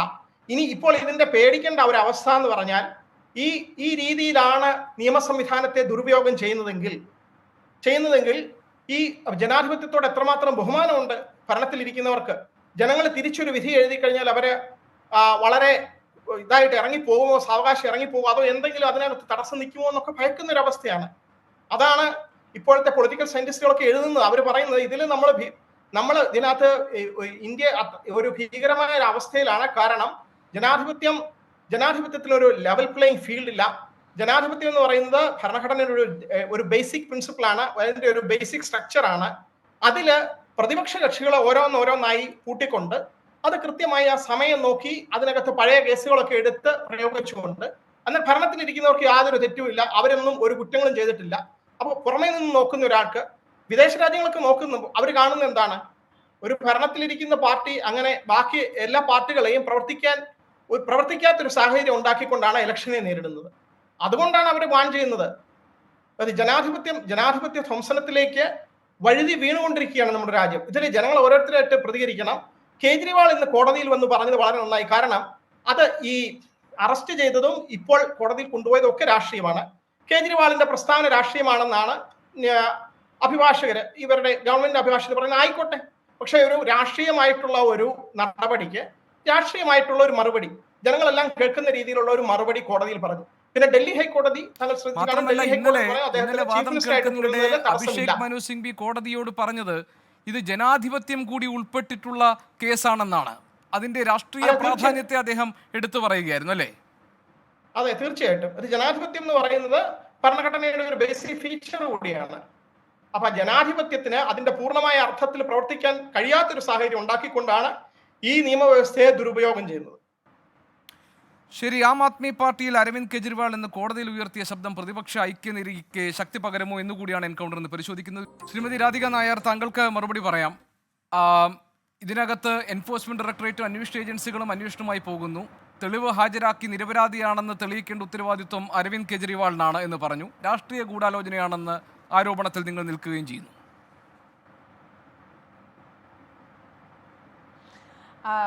ബഹുമാനപ്പെട്ട അഭിഭാഷകൻ പ്രശാന്ത് ജി ഇപ്പോൾ പറഞ്ഞതുപോലെ PMLAയുടെ പ്രത്യേകത തന്നെ ഇതാണ്. അതുകൊണ്ട് തന്നെ എൻ്റെ ബഹുമാനപ്പെട്ട BJPയുടെ വക്താവ് ശ്രീമതി സിന്ധുമോൾ പറഞ്ഞ കുറച്ച് കാര്യങ്ങളുടെ മറുപടി ഞാൻ പറയാൻ ആഗ്രഹിക്കുന്നു. മാഡം കേൾക്കുമെന്ന് ഞാൻ ആഗ്രഹിക്കുന്നു. മാഡം ഇപ്പോൾ പറഞ്ഞല്ലോ സിന്ധുമോൾ, ദാറ്റ് ഈർക്കിൽ പോലൊരു പാർട്ടിയാണ് ആം ആദ്മി പാർട്ടി എന്ന്. നിങ്ങൾക്ക് തെറ്റി മാഡം. നിങ്ങളുടെ തന്നെ ഉന്നത നേതാവ് ശ്രീ അമിത് ഷാജി പാർലമെൻറ്റിൽ ഞങ്ങൾ പാക്ക് പോലൊരു പാർട്ടിയാണ്, സുപ്പാരി പാക്ക് പോലൊരു പാർട്ടിയാണെന്ന് പറഞ്ഞു. ഞങ്ങൾ ആ പേരും ഞങ്ങൾ സ്വീകരിക്കുന്നു. പിന്നെ ഈർക്കിലി പോലൊരു പാർട്ടിയാണെന്ന് പറഞ്ഞത് എന്തുകൊണ്ടാണ്? വളരെ ചെറിയ പ്രസൻസ്, 2 സ്റ്റേറ്റിൽ മാത്രമാണ് ഞങ്ങളുടെ സർക്കാർ. 3ാമത് സ്റ്റേറ്റിൽ ഗുജറാത്തിൽ 5 MLA മാത്രമേ ഉള്ളൂ. സിന്ധുമോൾ മനസ്സിലാക്കണം, 1984 2 സീറ്റായിരുന്നു BJPക്ക് ലോക്സഭയിൽ ലഭിച്ചിരുന്നത്. അന്ന് നിങ്ങൾ ഈർക്കിലായിരുന്നോ അതോ പാക്കായിരുന്നോ എന്ന് നിങ്ങൾ തന്നെ തീരുമാനിക്കണം. 30ഓളം കൊല്ലം എടുത്തു ഇത്രയും വലിയ ബഹുമതിയോടെ നരേന്ദ്രമോദി സർക്കാർ പവറിൽ വരാൻ വേണ്ടിയിട്ട്. സോ പ്രതിപക്ഷ ബഹുമാനം എന്ന് പറയുന്ന ഒരു കാര്യമുണ്ട്. അത് നിങ്ങൾ കാണിച്ചിരുന്നെങ്കിൽ എല്ലാവർക്കും ഒരു സുഖം തോന്നിയേനെ. പിന്നെ ഇതും നമ്മൾ മറക്കാൻ പാടില്ല, പല ഈർക്കിലുകൾ ചേർന്നാണ് നല്ല ഒന്നാന്തരം ഒരു കുറ്റിച്ചൂലാകുന്നത്. അത് അഴുക്കിനെ അടിച്ചു മാറ്റുന്ന ഒരു കുറ്റിച്ചൂലായിട്ട് എല്ലാവരും ഉപയോഗിക്കുന്നുണ്ട്. പിന്നെ ഇപ്പം നമ്മൾക്ക് കാര്യത്തിലേക്ക് കടക്കാം. മാഡം ചോദിച്ചല്ലോ എന്തുകൊണ്ടാണ് കോടതി ബെയിൽ കൊടുക്കാത്തതെന്ന്. അതിൻ്റെ മറുപടി ശ്രീ പ്രശാന്ത് പത്മനാഭൻ ഇപ്പം തന്നു. അതുകൊണ്ട് തന്നെയാണ് നമ്മൾ സംശയിക്കേണ്ടത്. ഈ PMLAയുടെ ഈ വക ഡ്രാക്കോണിയൻ അല്ലെങ്കിൽ ബെയിൽ കിട്ടാത്ത പ്രൈമാ ഫെസ എവിഡൻസ് ഇല്ലെങ്കിലും ബെയിൽ കിട്ടാത്ത ഒരു സ്ട്രക്ചർ അതിൻ്റെ ഉണ്ടാക്കിയിരിക്കുന്നത് തന്നെ അവർ ഇലക്ഷൻ കാലത്ത് പ്രതിപക്ഷ നേതാക്കന്മാരെ ആവശ്യമില്ലാതെ ഒരു കേസില്ലാത്ത ഒരു ഘട്ടത്തിലും അകത്ത് അടച്ചുപൂട്ടി ഇടാൻ വേണ്ടി ഉപയോഗിക്കാൻ വേണ്ടി തന്നെയാണ് ഇതിനെ കൊണ്ടുവന്നതെന്ന് ഇപ്പം നമ്മൾ സംശയിച്ചിരിക്കുന്നു. പിന്നെ പറഞ്ഞല്ലോ എന്തുകൊണ്ടാണ് ആം ആദ്മി പാർട്ടിയെക്കുറിച്ച് ഇത്രയും ഇൻ്റർനാഷണൽ ചർച്ചകൾ ഉണ്ടാകുന്നത്. മാഡം, RSS എന്ന് പറയുന്ന വലിയ കൾച്ചറൽ ഓർഗനൈസേഷന് വരെ ഫോറിൻ എൻറ്റിറ്റീസിൽ നിന്ന് ഡൊണേഷൻ കിട്ടുന്നുണ്ട്. അത് പബ്ലിക് ഡൊമെയിനിൽ ഈ കാര്യമുണ്ട്. അപ്പോൾ നമ്മൾ അതും ചോദിക്കേണ്ടതാണ്. ബിക്കോസ് RSS BJPയുടെ മദർ ഓർഗനൈസേഷനാണ്. പിന്നെ മാഡം പറഞ്ഞല്ലോ ഞങ്ങൾ വാങ്ങും, പണം വാങ്ങിയിട്ടുണ്ട്, ലീഗലി ആണ് വാങ്ങുന്നത്, ഇനിയും വാങ്ങും. മാഡം പ്ലീസ്, മാഡം ഇല്ല മാഡം ഞാനൊന്ന് കംപ്ലീറ്റ് ചെയ്യട്ടെ. മാഡം ഞാനൊന്ന് കംപ്ലീറ്റ് ചെയ്യട്ടെ മാഡം പ്ലീസ്. ഇല്ല ഗോപി പ്ലീസ്. ഗോപി എന്നോടാണല്ലോ മാഡം പ്ലീസ്. അല്ല ശ്രീമതി രാധിക പറയട്ടെ, അതിനുശേഷം താങ്കൾക്ക് മറുപടി പറയാം. Please do not interrupt me, madam. I did not interrupt you. അല്ല അതെ താങ്കളോടാണ് പറഞ്ഞത്, അതിന് മറുപടി പറയാനുള്ള അവസരം ഞാൻ താങ്കൾക്ക് തരുമല്ലോ. മര്യാദയും കാണിക്കണം. താങ്കളോടാണ് പറഞ്ഞത്, അതിന് മറുപടി പറയാനുള്ള സമയം താങ്കൾക്ക് ഞാൻ തരും. ശ്രീമതി രാധിക താങ്കൾ പറയും. Shrimati Radhika continue please. Shrimati Radhika please go ahead. Radhika please go ahead. പേര് പറഞ്ഞു പോകൂ. Now please mute the speaker's mic please. പിന്നെ നമ്മൾ മനസ്സിലാക്കേണ്ടത് മാഡം പറഞ്ഞു ഞങ്ങൾ വാങ്ങിയിട്ടുണ്ട് പണം. മ്യൂട്ടൊന്നും ചെയ്തിട്ടില്ല ശ്രീമതി സിന്ധുമോൾ, അതിന്റെ മാന്യതയിൽ നമ്മൾ അങ്ങ് പോകുക എന്നുള്ളതുള്ളൂ. I will never mute speakers. ഞാൻ പറയുന്നതെല്ലാം കേട്ടിട്ട് വീട്ടിൽ പോകാൻ ആളല്ല. അല്ല ശ്രീമതി സിന്ധുമോൾ, അതിന് മറുപടി പറയാനുള്ള സമയം തരാം. പറയുന്നതെല്ലാം കേട്ട് പോകണമെന്ന് പറഞ്ഞില്ലല്ലോ. താങ്കൾക്ക് മറുപടി പറയാനുള്ള സമയം ഞാൻ തരാമെന്ന് പറഞ്ഞല്ലോ. അല്ല ഗോപികൃഷ്ണ, എന്റെ ഡൗട്ട് ഞാൻ ചോദിച്ചു. അവര് പേരെടുത്ത് പറയട്ടെ, ഓർഗനൈസേഷന്റെ പേരെടുത്ത് പറയട്ടെ. നിങ്ങൾ ഞാൻ പറഞ്ഞു കഴിഞ്ഞിട്ടാണ് നിങ്ങൾ സംസാരിക്കുന്നത് മാഡം. ഇതിനൊരു രീതിയുണ്ട് please. What Sindhumol wants to know is ഏതൊക്കെ ഓർഗനൈസേഷൻസ് ആണ് അങ്ങനെ RSSന് പണം കൊടുക്കുന്നതെന്നുള്ളതാണ്. That is a question that she raises. Because madam പറഞ്ഞത് ആം ആദ്മി പാർട്ടിക്കല്ല ഫോർഡ് ഫൗണ്ടേഷനിൽ നിന്ന് പണം ലഭിച്ചിട്ടുള്ളത്. അരവിന്ദ് കെജ്രിവാൾ ഒരു ഇൻഡിവിജ്വൽ എന്ന നിലയ്ക്ക് പണ്ട് ഒരു NGO നടത്തിയിരുന്നപ്പോൾ അതിൽ നിന്ന് അന്ന് അദ്ദേഹത്തിന് ഫണ്ട്സ് ലഭിച്ചിട്ടുണ്ടായിരുന്നു. അത് ഇല്ലീഗൽ അല്ലായിരുന്നു, അന്ന് അലൗഡ് ആയിരുന്നു. സോ പിന്നെ മാഡം പറഞ്ഞല്ലോ ഞങ്ങൾ ഫണ്ട് വാങ്ങി ഇനിയും വാങ്ങും. മാഡം നിങ്ങൾ അറിയേണ്ട കാര്യം, ഇന്ന് പബ്ലിക് ഡൊമൈനിൽ എല്ലാവർക്കും ഇലക്ഷൻ കമ്മീഷന്റെ വെബ്സൈറ്റിൽ കാണാൻ പറ്റുന്ന ഇൻഫർമേഷൻ ഉണ്ട്. ED 335 കമ്പനീസിനെതിരെ കേസുകൾ നടത്തിയിട്ടുണ്ട്. ആ കേസുകൾ രജിസ്റ്റേർഡ് ആണ്. ഓരോ കേസിനും ഫയലുണ്ട്. ആ ഫയൽ തുറന്നിരിക്കുമ്പോൾ തന്നെ ഇൻവെസ്റ്റിഗേഷൻ പൂർത്തിയാകാതെ തന്നെ ഈ കമ്പനീസിൽ നിന്ന് ഇലക്ടോറൽ ബോണ്ട്സ് വാങ്ങിയതിനു ശേഷം ആ കേസുകളുടെ ഫയൽ ക്ലോസ് ചെയ്തു. ഈ ഫയലും ഈ EDയുടെ ഫയല് ആരുടെയും എന്താ പറയുക ഫാമിലി ലോക്കറല്ല. ഈ ജനാധിപത്യത്തിൻ്റെ നമ്മളുടെ ആൾക്കാരുടെ പൗരന്മാര് ടാക്സ് പേയേഴ്സ് പേ ചെയ്യുന്നതാണ് ഈ EDയുടെ ഒക്കെ അന്വേഷണ ഉദ്യോഗസ്ഥരുടെ സാലറി. ഒരു സർക്കാരിന് ഇഷ്ടമുള്ളപ്പോൾ അല്ലെ EDക്ക് ഇഷ്ടമുള്ളപ്പോൾ ഒരു ഫയൽ തുറക്കുക, ആ കമ്പനി പവറിലിരിക്കുന്ന സർക്കാരിന് ഇലക്ടറൽ ബോണ്ട് നൽകുമ്പോൾ ആ ഫയൽ അടയ്ക്കുക എന്നുള്ളത് ഇത് പബ്ലിക് മൊറാലിറ്റിക്കെതിരെയാണ്. ഭദ്രതയില്ലാത്ത കാര്യങ്ങളാണിത്. ഇന്നേ വരെ ഇത് നടന്നിട്ടില്ല ഇന്ത്യയിൽ. അതുകൊണ്ട് ഞങ്ങൾ വാങ്ങിയിട്ടുണ്ട്, ഇനിയും വാങ്ങും. പിന്നെ നിങ്ങൾ പറഞ്ഞല്ലോ എല്ലാവരും ഞങ്ങളുടെ പാർട്ടിയിൽ വെൽക്കമാണ്. സോറി മാഡം, ഞങ്ങളുടെ പാർട്ടിയിൽ എല്ലാവരും വെൽക്കം അല്ല. അഴിമതി നടത്തിയിട്ടുള്ള ആൾക്കാരെ ആരും ഞങ്ങളുടെ പാർട്ടിയിൽ കൈ തുറന്ന് സ്വീകരിക്കത്തില്ല. നിങ്ങളുടെ പാർട്ടിയിൽ അഴിമതി നടത്തിയിട്ടുള്ളവരൊക്കെ നിങ്ങളുടെ പാർട്ടിയിൽ എത്തിയിട്ടുണ്ടെങ്കിൽ നിങ്ങൾ ആ ഫയൽ ക്ലോസ് ചെയ്തിട്ട് നിങ്ങളുടെ പാർട്ടിയിൽ എത്തിക്കഴിയുമ്പം നിങ്ങളുടെ വാഷിംഗ് മെഷീൻ നിങ്ങൾ അഴിമതിക്കാരല്ല എന്ന് നിങ്ങൾ തെളിയിക്കും. മാഡം അതാണ് പറയുന്നത്. മാഡം പാനൽ ഡിസ്കഷന് വരുന്നതിന് മുമ്പ് മാഡം റിസർച്ച് ചെയ്തിട്ടുണ്ടായിരുന്നെങ്കിൽ മനീഷ് സിസോദിയയുടെ ബെയിൽ പ്ലീ കേട്ട് കഴിഞ്ഞപ്പോൾ ജസ്റ്റിസ് ഖന്നയുടെ ഓർഡറിൽ ഉണ്ടായിരുന്നു, തെളിച്ചെഴുതിയിട്ടുണ്ട്. 100 കോടി കൈക്കൂലി വാങ്ങി എന്നുള്ള സ്റ്റേറ്റ്മെന്റ് ഡിബേറ്റബിൾ ആണ്. ഡിബേറ്റബിളിൻ്റെ അർത്ഥം എന്താണ് മാഡം? ഇത് സംശയാസ്പദമാണ്, അതിൽ തെളിവൊന്നുമില്ല.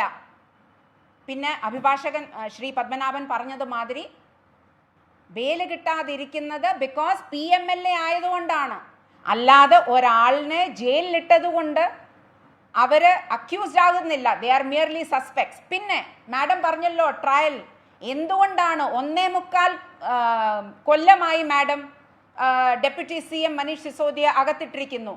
ഇൻവെസ്റ്റിഗേഷൻ പൂർത്തിയാക്കി ട്രയൽ എന്തുകൊണ്ട് നടത്തുന്നില്ല?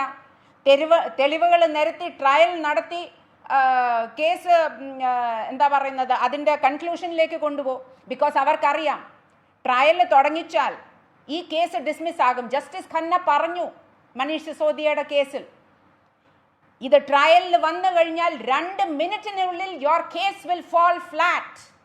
മാഡം ഈ കാര്യങ്ങൾ it is on record madam. ഇതിനൊക്കെ പ്രൂഫ് ഉണ്ട്, ജഡ്ജിമാർ പറഞ്ഞതാണ്. പിന്നെ അഭിഭാഷകന്മാരുടെ ഇടയിൽ ഒരു പൊതു അഭിപ്രായമുണ്ട്, നമ്മളുടെ ഇന്നത്തെ ഈ സർക്കാരിന് എതിരെ സംസാരിച്ചിട്ടുള്ള പല അഭിഭാഷകന്മാരെയും ജഡ്ജിമാരായിട്ട് അപ്പോയിന്റ് ചെയ്തിട്ടില്ല. ഈർഷ്യയും വെഞ്ചൻസ് ഒരു ആറ്റിറ്റ്യൂഡുള്ള ഒരു ഗവൺമെന്റ് ആണിത്. ഞങ്ങളുടെ എതിരെ ആരെങ്കിലും ശബ്ദമുയർത്തിയിട്ടുണ്ടെങ്കിൽ നിങ്ങളെ ജഡ്ജിയാക്കത്തില്ല. ലോവർ കോടതികളിൽ ഒത്തിരി ജഡ്ജിമാരുണ്ട് പ്രഷർ അനുഭവിക്കുന്നത്. ജുഡീഷ്യറിയുടെ ഭാഗമായിട്ട് വരെ കൈകടത്തി പറയുമ്പോൾ അത് റെലവെന്റ് ആയിട്ട് ഏത് അഭിഭാഷകൻ പറഞ്ഞു നിങ്ങൾ അത് തുറന്നു പറഞ്ഞിട്ട് പോകും. കാരണം ഇത് പബ്ലിക് കാണുന്നതാണ്. എന്തു വെഞ്ചൻസ് അഭിഭാഷകരോട്. ഇന്ന് 60ഓളം അഭിഭാഷകര് കഴിഞ്ഞ ദിവസം ചീഫ് ജസ്റ്റിസിന്റെ മുന്നിൽ ഒരു പ്ലീ 60 വക്കീലന്മാര് കോടതിയുടെ അനാവശ്യ ഇടപെടൽ അല്ലെങ്കിൽ ഇവിടെ നടക്കുന്നത് നിയമപരമല്ല എന്ന് പറഞ്ഞിട്ടൊക്കെ കാണിച്ചിട്ട് ഒരു ഹർജി പോയിരിക്കുക, ഒരു കത്ത് പോയിരിക്കുക. അത് വേറെ വിഷയമാണ്. അതുണ്ട് അത് ശരിയാണ്. സിന്ധുമോൾ പറഞ്ഞ ഭാഗം ശരിയാണ്. അല്ല ഈ ജുഡീഷ്യറിയിൽ തെളിവ് ചോദിക്കുന്നുണ്ടല്ലോ. യൂറോപ്പിൽ അത് നിങ്ങൾ തെളിവ് കൊണ്ടുവാ. ഒരു പബ്ലിക് പ്ലാറ്റ്ഫോമിൽ ഇരുന്ന് പറയുമ്പോൾ BJP വക്കീലന്മാരെ ഭയപ്പെടുത്തുന്നു, ജഡ്ജസിനെ ഭയപ്പെടുത്തുന്നു, അവരുടെ പ്രൊമോഷൻ തടയുന്നു എന്നൊക്കെ പറയുമ്പോൾ അതിത്തിരി അതിരുവിട്ട സംസാരമാണ്. നിങ്ങൾ തെളിവ് കൊണ്ടുവരൂ. എന്തും പറയാമെന്നാണ് ഒരു ഗവൺമെന്റിനെതിരെ അല്ലെ ഒരു ആം ആദ്മി പാർട്ടിയുടെ കൾച്ചർ. അതുകൊണ്ടാണ് എന്തും നാക്കുകൊണ്ട് പറഞ്ഞു നേടാമെന്ന് വിചാരിക്കരുത്. തെളിവുകളുണ്ട്, തെളിവുകൾ കൊണ്ടുവാ. ശ്രീമതി ടി.പി. സിന്ധുമോൾ, മാഡം മൻ കി ബാത്ത് നിങ്ങളുടെ നേതാവാണ് ചെയ്യുന്നത്, ഞങ്ങളല്ല. ഒരു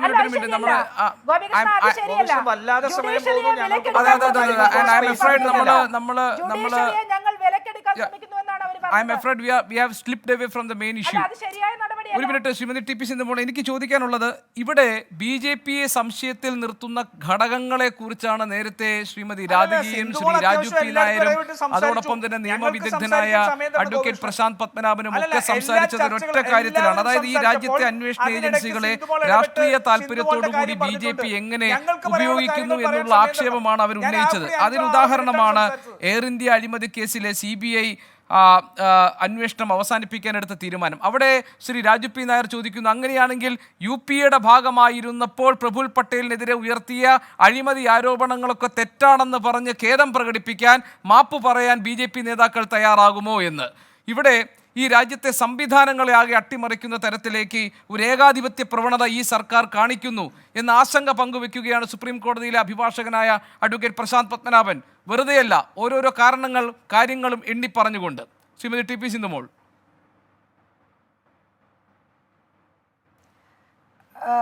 പ്രശാന്ത് പത്മനാഭൻ പറഞ്ഞൊന്നും ഞാൻ മുഖവിലക്കെടുക്കുന്നില്ല. അദ്ദേഹം BJPയെയും NDAയെയും നരേന്ദ്രമോദിയെയും ഒക്കെ ചീത്ത വിളിക്കാൻ വന്നിരിക്കുകയെന്ന് മനസ്സിലായി.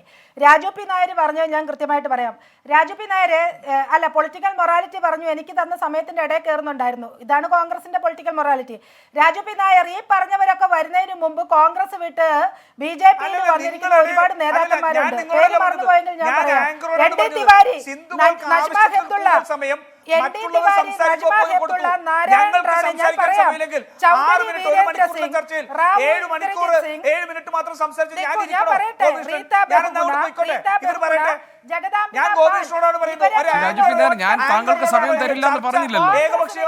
താങ്കൾക്ക് സമയം തരില്ല എന്ന് ഞാൻ പറഞ്ഞില്ലല്ലോ. സമയം എത്രയായാലും ഞാൻ താങ്കൾക്ക് ഇതിന് മറുപടി പറയാനുള്ള സമയം ഞാൻ തരും. പിന്നെ വലിയ ആദർശ ശുദ്ധിയോടെ കോൺഗ്രസ് സംസാരിച്ചു. 2 UPA ഭരണത്തില് 9 സ്കാമുകളാണ് UPA ഗവൺമെന്റിനെതിരെ വന്നത്. തെളിവോ തെളിയാതിരിക്കോ എന്നുള്ളതല്ല. ആദർശ് ഫ്ലാറ്റ് എവിടെ പോയി? അതിൽ 2 സ്കാം നിങ്ങളുടെ ഗവൺമെന്റ് ക്ലോസ് ചെയ്തു. 9 അഴിമതി കേസുകൾ. ഒരൊറ്റ കേസിലെങ്കിലും FIR എടുത്തു പറയൂ. നരേന്ദ്രമോദി എന്ന് പറയുന്ന പ്രധാനമന്ത്രി ഈ പറഞ്ഞ ഏതെങ്കിലും സ്കാമിൽ ഒരു FIR ഇട്ടുണ്ടോ? ഒന്ന് പറഞ്ഞേ. പറയുമ്പോൾ സിന്ധുമോളെ, നിങ്ങൾ ഇങ്ങനെ അല്ല, ആകർഷിച്ച് ഖത്തറിൽ പറയുമ്പോൾ കഴിവുണ്ടായിരുന്നോ നിങ്ങളുടെ നിങ്ങൾ പ്രധാനമന്ത്രി? ചുരുങ്ങി പടവലിനെ അങ്ങേര് പോലെ പറഞ്ഞ ആരോപണത്തിന്റെ പേരിൽ ഇന്ത്യ ഒരു മഹാരാജ്യം കേസ് ആയതിന്റെ രജിസ്റ്റർ കാരണം പോലും എന്താണ്? കഴിവില്ലാത്തവരാണോ അഴിമതി. നരേന്ദ്രമോദി? 9 അഴിമതികൾ നിങ്ങളുടെ പേരിൽ വന്നു. സിന്ധുമോളെ, മിസ്റ്റർ 9 അഴിമതികൾ 2014 വരെയുള്ള യു.പി.എ. ഗവൺമെന്റിനെതിരെ നടന്ന അഴിമതി ആരോപണങ്ങൾ നരേന്ദ്രമോദി രജിസ്റ്റർ ചെയ്ത ഒരു കേസ് പറ. സിന്ധുമോളിനെ വെല്ലുവിളിക്കുക. സിന്ധുമോളിനെ വെല്ലുവിളിക്കുന്നു. മാനവും മര്യാദ ഉണ്ടെങ്കിൽ, പൊളിറ്റിക്കൽ മൊറാലിറ്റി ഉണ്ടെങ്കിൽ ആ വെല്ലുവിളി ഏറ്റെടുക്ക്. ഒരു കേസിൽ നിങ്ങൾ 10 വർഷക്കാലത്തിനുള്ളിൽ 9 അഴിമതി കേസുകൾ നിങ്ങൾ വെറുതെ ഏത് കേസ് രജിസ്റ്റർ ചെയ്തു? ഏത് കേസ് രജിസ്റ്റർ ചെയ്തു? സിന്ധുമോളെ, അല്പം മാന്യത കാണിക്കുക. അല്പം വ്യക്തിത്വം കാണിക്കുക. 9 കേസിൽ ഏത് കേസിൽ നരേന്ദ്രമോദി എഫ്ഐആർ ഒന്ന് പറയൂ. നിങ്ങൾക്കെതിരെ വന്നു. നാളെക്കെട്ട് വർത്താനം പറയല്ലേ? നാളെക്കെട്ട് വർത്താനം കുറിച്ച് പറയുന്നത് നാണത്തോടെ തന്നെ 9 കേസിൽ ഒരെണ്ണത്തിൽ മാനാഭിമാനത്തോടെ തന്നെ സംസാരിക്കുന്നത് നിങ്ങൾ അഴിമതിയോട് സത്യം ചെയ്തോ? നാണം കെട്ട് നിങ്ങൾ അഴിമതിയോട് സത്യം ചെയ്തോ? സിന്ധുമോളെ പറ, അഴിമതിയോട് നിങ്ങൾ സത്യം ചെയ്തോ? അല്ലെങ്കിൽ നിങ്ങളുടെ പ്രധാനമന്ത്രി കഴിവുകെട്ടവരായിരുന്നോ? പറഞ്ഞ ആരോപണത്തിൽ പോലും കേസ് രജിസ്റ്റർ പോലും കഴിയാത്ത ഒരു കഴിവുകെട്ടവരായിരുന്നോ ഇന്ത്യയുടെ പ്രധാനമന്ത്രി? നിങ്ങൾ പറ, 10 വർഷം കൊണ്ട് ഇട്ട ഒരൊറ്റ എഫ്ഐആറിന്റെ പേര് പറ. കോൺഗ്രസ്സുകാരനാണോ നിങ്ങൾ പറ? പുറത്താക്കിയല്ലോ. നാണം വേണം മനസ്സിലാക്കി. കേജ്രിവാളിനെതിരെ പരാതി കൊടുത്തപ്പോ പുറത്താക്കിയിട്ട് ഇന്ന് ബിജെപിക്കെതിരെ സമരം ചെയ്യാൻ ഇപ്പൊ മുന്നിൽ കൊണ്ടുപോയി നിർത്തിയിട്ടുണ്ടല്ലോ. കേജ്രിവാളിനെതിരെ ആദ്യം കംപ്ലൈന്റ് കൊടുത്തത് ആരാ? നിങ്ങളല്ലേ. എന്നിട്ടിപ്പോ കോൺഗ്രസിന്റെ നേരെ ഇഡി അന്വേഷണം വന്നപ്പോഴത്തേക്കും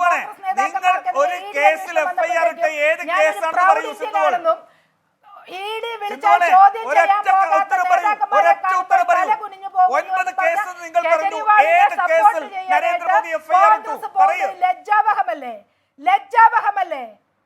ലജ്ജാവഹമല്ലേ? നിങ്ങൾ തന്നെ കൊടുത്ത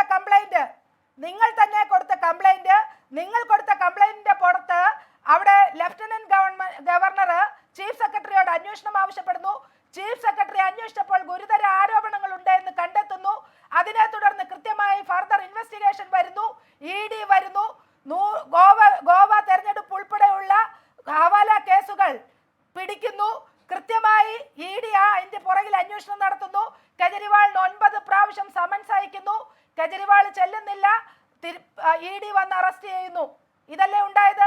പരാതി എവിടെ നിന്നാ വന്നത്? ബിജെപിക്കാരനാണോ പരാതി കൊടുത്തത്? കോൺഗ്രസ്സുകാരൻ പരാതി കൊടുത്തിട്ട് ഇന്ന് കേജ്രിവാളിനെ രക്ഷിക്കാൻ വേണ്ടി ഇതുപോലെ നാടകം കളിക്കുമ്പോ നിങ്ങളെ ആര് വിശ്വസിക്കും? രാജു പി നായർ. ശ്രീ രാജു പി നായർ, താങ്കളുടെ മറുപടി. ഞാൻ പറയാം, 3 കാര്യങ്ങൾക്ക് മറുപടി പറയാനുള്ളൂ. ഒന്ന്, സിന്ധുമോൾ പറഞ്ഞ ഒരു കാര്യം, 9 കേസുകൾ സിന്ധുമോൾ പറയാൻ തയ്യാറല്ല. ഈ 9 കേസുകൾ ഉണ്ടെങ്കിൽ കഴിഞ്ഞ 10 വർഷം കൊണ്ട് നരേന്ദ്രമോദി പറഞ്ഞ ഇന്ത്യൻ പ്രധാനമന്ത്രി കോൺഗ്രസിന്റെ നേതാക്കന്മാർക്കെതിരെ രജിസ്റ്റർ ചെയ്ത ഒരൊറ്റ എഫ്ഐആർ ഏതിലാണെന്ന് പറയണം. അത് പറയാൻ അവർ തയ്യാറല്ല. കാരണം ഒരെണ്ണവും എടുത്തിട്ടില്ല. രണ്ടാമത്തെ കാര്യം, അവർ പറഞ്ഞാണ് RSSന്റെ ഫണ്ടിങ്ങിനെ കുറിച്ച്. ഈ India development and relief fund എന്നുള്ള പേരിൽ US സ്റ്റേറ്റ് ഓഫ് മേരിലാൻഡിൽ നിന്ന് $30 ലക്ഷം RSSന് പോയിരിക്കുന്നത് the foreign exchange of 8 IDRF and American funding of Hindutva എന്ന റിപ്പോർട്ട് വേണമെങ്കിൽ സിന്ധുമോൾക്ക് ഞാൻ അയച്ചു തരാം. അപ്പൊ നിങ്ങൾ അമേരിക്കയിൽ നിന്ന് നിങ്ങൾ ഫണ്ട് സ്വീകരിച്ചിട്ടുണ്ട്, നിങ്ങളും അന്വേഷിക്കപ്പെടണം എന്നുള്ള കാര്യത്തിൽ സംശയമില്ലല്ലോ. പിന്നെ ജുഡീഷ്യറിയിൽ ഇടപെടൽ. സിന്ധുമോൾ 4 ജഡ്ജിമാർ സുപ്രീം കോടതിയുടെ മുന്നിൽ ഇറങ്ങി നിന്നിട്ടാണ് പറഞ്ഞത് ഈ സർക്കാർ ഞങ്ങളുടെ റോസ്റ്ററിൽ ഇടപെടുന്നു. ആര് ഏത് കേസ് പരിഗണിക്കണമെന്ന് സുപ്രീം കോടതിയുടെ റോസ്റ്ററിൽ ഇടപെട്ട് കേന്ദ്ര സർക്കാർ നിർദ്ദേശിക്കുന്നു എന്ന് പറഞ്ഞ് 4 ജഡ്ജിമാർ പുറത്തിറങ്ങി പത്രസമ്മേളനം നടത്തിയത് സിന്ധുമോൾ മറന്നുപോയോ? അതിലൊരു ജഡ്ജിയെ പിന്നീട് ഒരു സ്ത്രീ പീഡന കേസ് ഉണ്ടായതും അതിനുശേഷം പിന്നെ അദ്ദേഹം രാജ്യസഭ മെമ്പർ ആയതും എല്ലാം നമുക്കറിയാം. അപ്പൊ ജുഡീഷ്യറിയെ വിലക്കെടുക്കാൻ നരേന്ദ്രമോദിയും സംഘപരിവാറും ഈ കേന്ദ്ര സർക്കാരും ശ്രമിക്കുന്നു എന്നുള്ള കാര്യത്തിൽ മറ്റൊരു തെളിവിന്റെ ആവശ്യമില്ല. അത് സുപ്രീം കോടതിയുടെ ജഡ്ജിമാരുടെ പത്രസമ്മേളനം തന്നെയാണ് അതിനകത്ത് ഏറ്റവും വലിയ തെളിവ്. ഇവിടെ പ്രശ്നം മറ്റൊന്നുമല്ല. ഇവിടെ ഇവർ ഭയക്കുന്നു. ഇന്ന് ഈ രാജ്യത്തൊരു ഭരണമാറ്റം ഉണ്ടാകാൻ പോകുന്നു എന്നിവർ ഭയക്കുന്നു. ആ ഭയമാണ് എല്ലാ ജനാധിപത്യ വിരുദ്ധതയുടെ ഒരു കൂത്തരങ്ങായിട്ട് ഇന്ന് രാജ്യത്തെ മാറ്റിയിരിക്കുന്നത്. രാഹുൽ ഗാന്ധി പറഞ്ഞതുപോലെ ഇന്ത്യയിൽ ജനാധിപത്യം ഉണ്ട് എന്ന് പറയുന്നതാണ് ഈ രാജ്യത്തെ ഏറ്റവും വലിയ നുണ. ഇന്ന് ഈ രാജ്യത്ത് ജനാധിപത്യം ഇല്ലാതെയായിരിക്കുന്നു. ജനാധിപത്യ രാജ്യമാണ് ഇന്ത്യ എന്ന് പറയുന്നത് ഏറ്റവും വലിയ നുണയാണ്, കള്ളമാണ് എന്ന് പറയുന്ന രീതിയിലേക്ക് ഇന്നെത്തിയിരിക്കുന്നു. ശരി പ്രശാന്ത് പത്മനാഭൻ, രണ്ട് മുഖ്യമന്ത്രിമാർ, ജാർഖണ്ഡിലെ ഹേമന്ത് സോറൻ, ഇവിടെ അരവിന്ദ് കെജ്രിവാൾ. ഈ അറസ്റ്റ് ഇതിന്റെ നിയമവഴികൾ എന്തായിരിക്കും? ഇതിന്റെ ഭാവി, ഈ കേസുകളുടെ ഭാവി എന്തായിരിക്കും?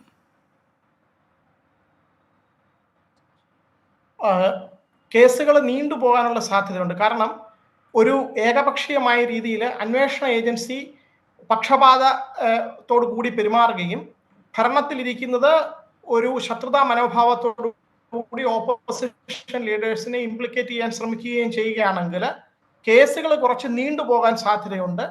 തെളിവുകൾ കോടതിയിൽ പരിശോധിച്ചതിന് ശേഷമേ എന്താണെന്ന് തെളിയിക്കപ്പെടുകയുള്ളൂ. ഞാൻ നേരത്തെ പറഞ്ഞ BJP പ്രതിനിധി പറഞ്ഞതിന് ഒരു മറുപടി പറഞ്ഞിട്ട്, ഞാൻ ബഹുമാനപ്പെട്ട പ്രധാനമന്ത്രിയെ വ്യക്തിപരമായി ഒന്നും പറഞ്ഞിട്ടില്ല. ബഹുമാനപ്പെട്ട ഡൽഹി മുഖ്യമന്ത്രി അതുപോലെ തന്നെ എലക്റ്റഡ് ആയിട്ടുള്ള ഒരു പോസ്റ്റാണ്. നിങ്ങളാണ് അദ്ദേഹത്തെ പൊതുജന മധ്യത്തിൽ വിചാരണ ചെയ്യുന്നതും ഒരു വില്ലൻ ഇമേജ് കൊടുക്കുന്നു. അതിനുള്ള മറുപടി ഒരു റെസ്പോൺസിബിൾ സിറ്റിസൺ എന്നുള്ള രീതിയിൽ നമ്മൾ നിയമത്തിന്റെ വഴിയിൽ കൂടി നോക്കുമ്പോൾ അതിനെപ്പറ്റി പറയേണ്ടതുണ്ട്. അങ്ങനെ പറഞ്ഞതാണ്. ഈ സമൻസ് പല പ്രാവശ്യം അയച്ചു എന്ന് പറഞ്ഞതിന് കേജ്രിവാൾ മറുപടി കൊടുത്തിരുന്നു. നിങ്ങൾ ക്വസ്റ്റനെയർ അയച്ചു തരൂ, ചോദ്യങ്ങൾ എന്താണെന്ന് ചോദിക്കും, ഞാൻ അതിന് മറുപടി പറയാം എന്ന് പറഞ്ഞിട്ട് ED ചോദ്യങ്ങളൊന്നും അയച്ചു കൊടുത്തിട്ടില്ല. ഇനി ഇവരെ കോപ്പറേറ്റ് ചെയ്യുന്നില്ല എന്ന് പറയുമ്പോൾ അതിന്റെ അർത്ഥം സെൽഫ് ഇൻക്രിമിനേഷൻ എന്ന് പറയും. അതായത് നമുക്കെതിരെ നമ്മൾ തന്നെ തെളിവ് കൊടുക്കും. അത് അങ്ങനെ കൊടുക്കാൻ ഒരു ബാധ്യത ആർക്കുമില്ല. മുഖ്യമന്ത്രിക്കെന്നല്ല ഒരു പൗരനും അങ്ങനെ ഒരു തെളിവ് കൊടുക്കേണ്ട ബാധ്യതയില്ല. അതുകൊണ്ട് അതിനകത്ത് നോൺ കോപ്പറേഷൻ എന്ന് പറയുന്നതിൽ അർത്ഥമില്ല. പിന്നെ നേരത്തെ BJP പ്രതിനിധി ചോദിച്ചിരുന്നു ആരെയാണ് തടഞ്ഞത് ജഡ്ജി ആകുന്നതെന്ന്. ഗോപാൽ സുബ്രഹ്മണ്യം എന്നൊരു പേരുണ്ടായിരുന്നു, ഒരു അഭിഭാഷകനാണ്. അദ്ദേഹത്തിന്റെ പേരാണ് ആദ്യമായിട്ട് 2014 മോദി ഗവൺമെന്റ് തടഞ്ഞത്. രണ്ടാമത് ജസ്റ്റിസ് മുരളീധര, ജസ്റ്റിസ് അഖിൽ ഖുറേഷി, ഇവരെ ഒന്നും സുപ്രീം കോടതി ജഡ്ജിമാരാകുന്നതിൽ നിന്ന് തടഞ്ഞത് ഗവൺമെന്റിനെതിരെ ഓർഡർ പാസ്സാക്കുന്ന ജഡ്ജസ് ആയതുകൊണ്ടാണ്. അതുകൊണ്ട് ഇന്റർഫിയറൻസ് ഡയറക്റ്റ് ആയിട്ട് ഉണ്ട്. അത്ര എനിക്ക് പറയാനുള്ളൂ. ശരി, ഏതായാലും എന്താകും കെജ്രിവാളിന്റെ ഈ പോരാട്ടത്തിന്റെ ബാക്കി പത്രം എന്നതാണ് ഇന്ത്യൻ ജനാധിപത്യം കാത്തിരിക്കുന്നത്. അതിൽ ഈ തെരഞ്ഞെടുപ്പിൽ അതെങ്ങനെ പ്രതിഫലിക്കാൻ പോകുന്നു എന്നത് ആം ആദ്മി പാർട്ടിക്കും പ്രതിപക്ഷ രാഷ്ട്രീയ കക്ഷികൾക്കും രാഷ്ട്രീയ മുന്നണികൾക്കും വളരെ പ്രധാനപ്പെട്ട ഒന്നുമാണ്. ഈ ചർച്ചയിൽ പങ്കെടുത്ത എല്ലാ അതിഥികൾക്കും നന്ദി.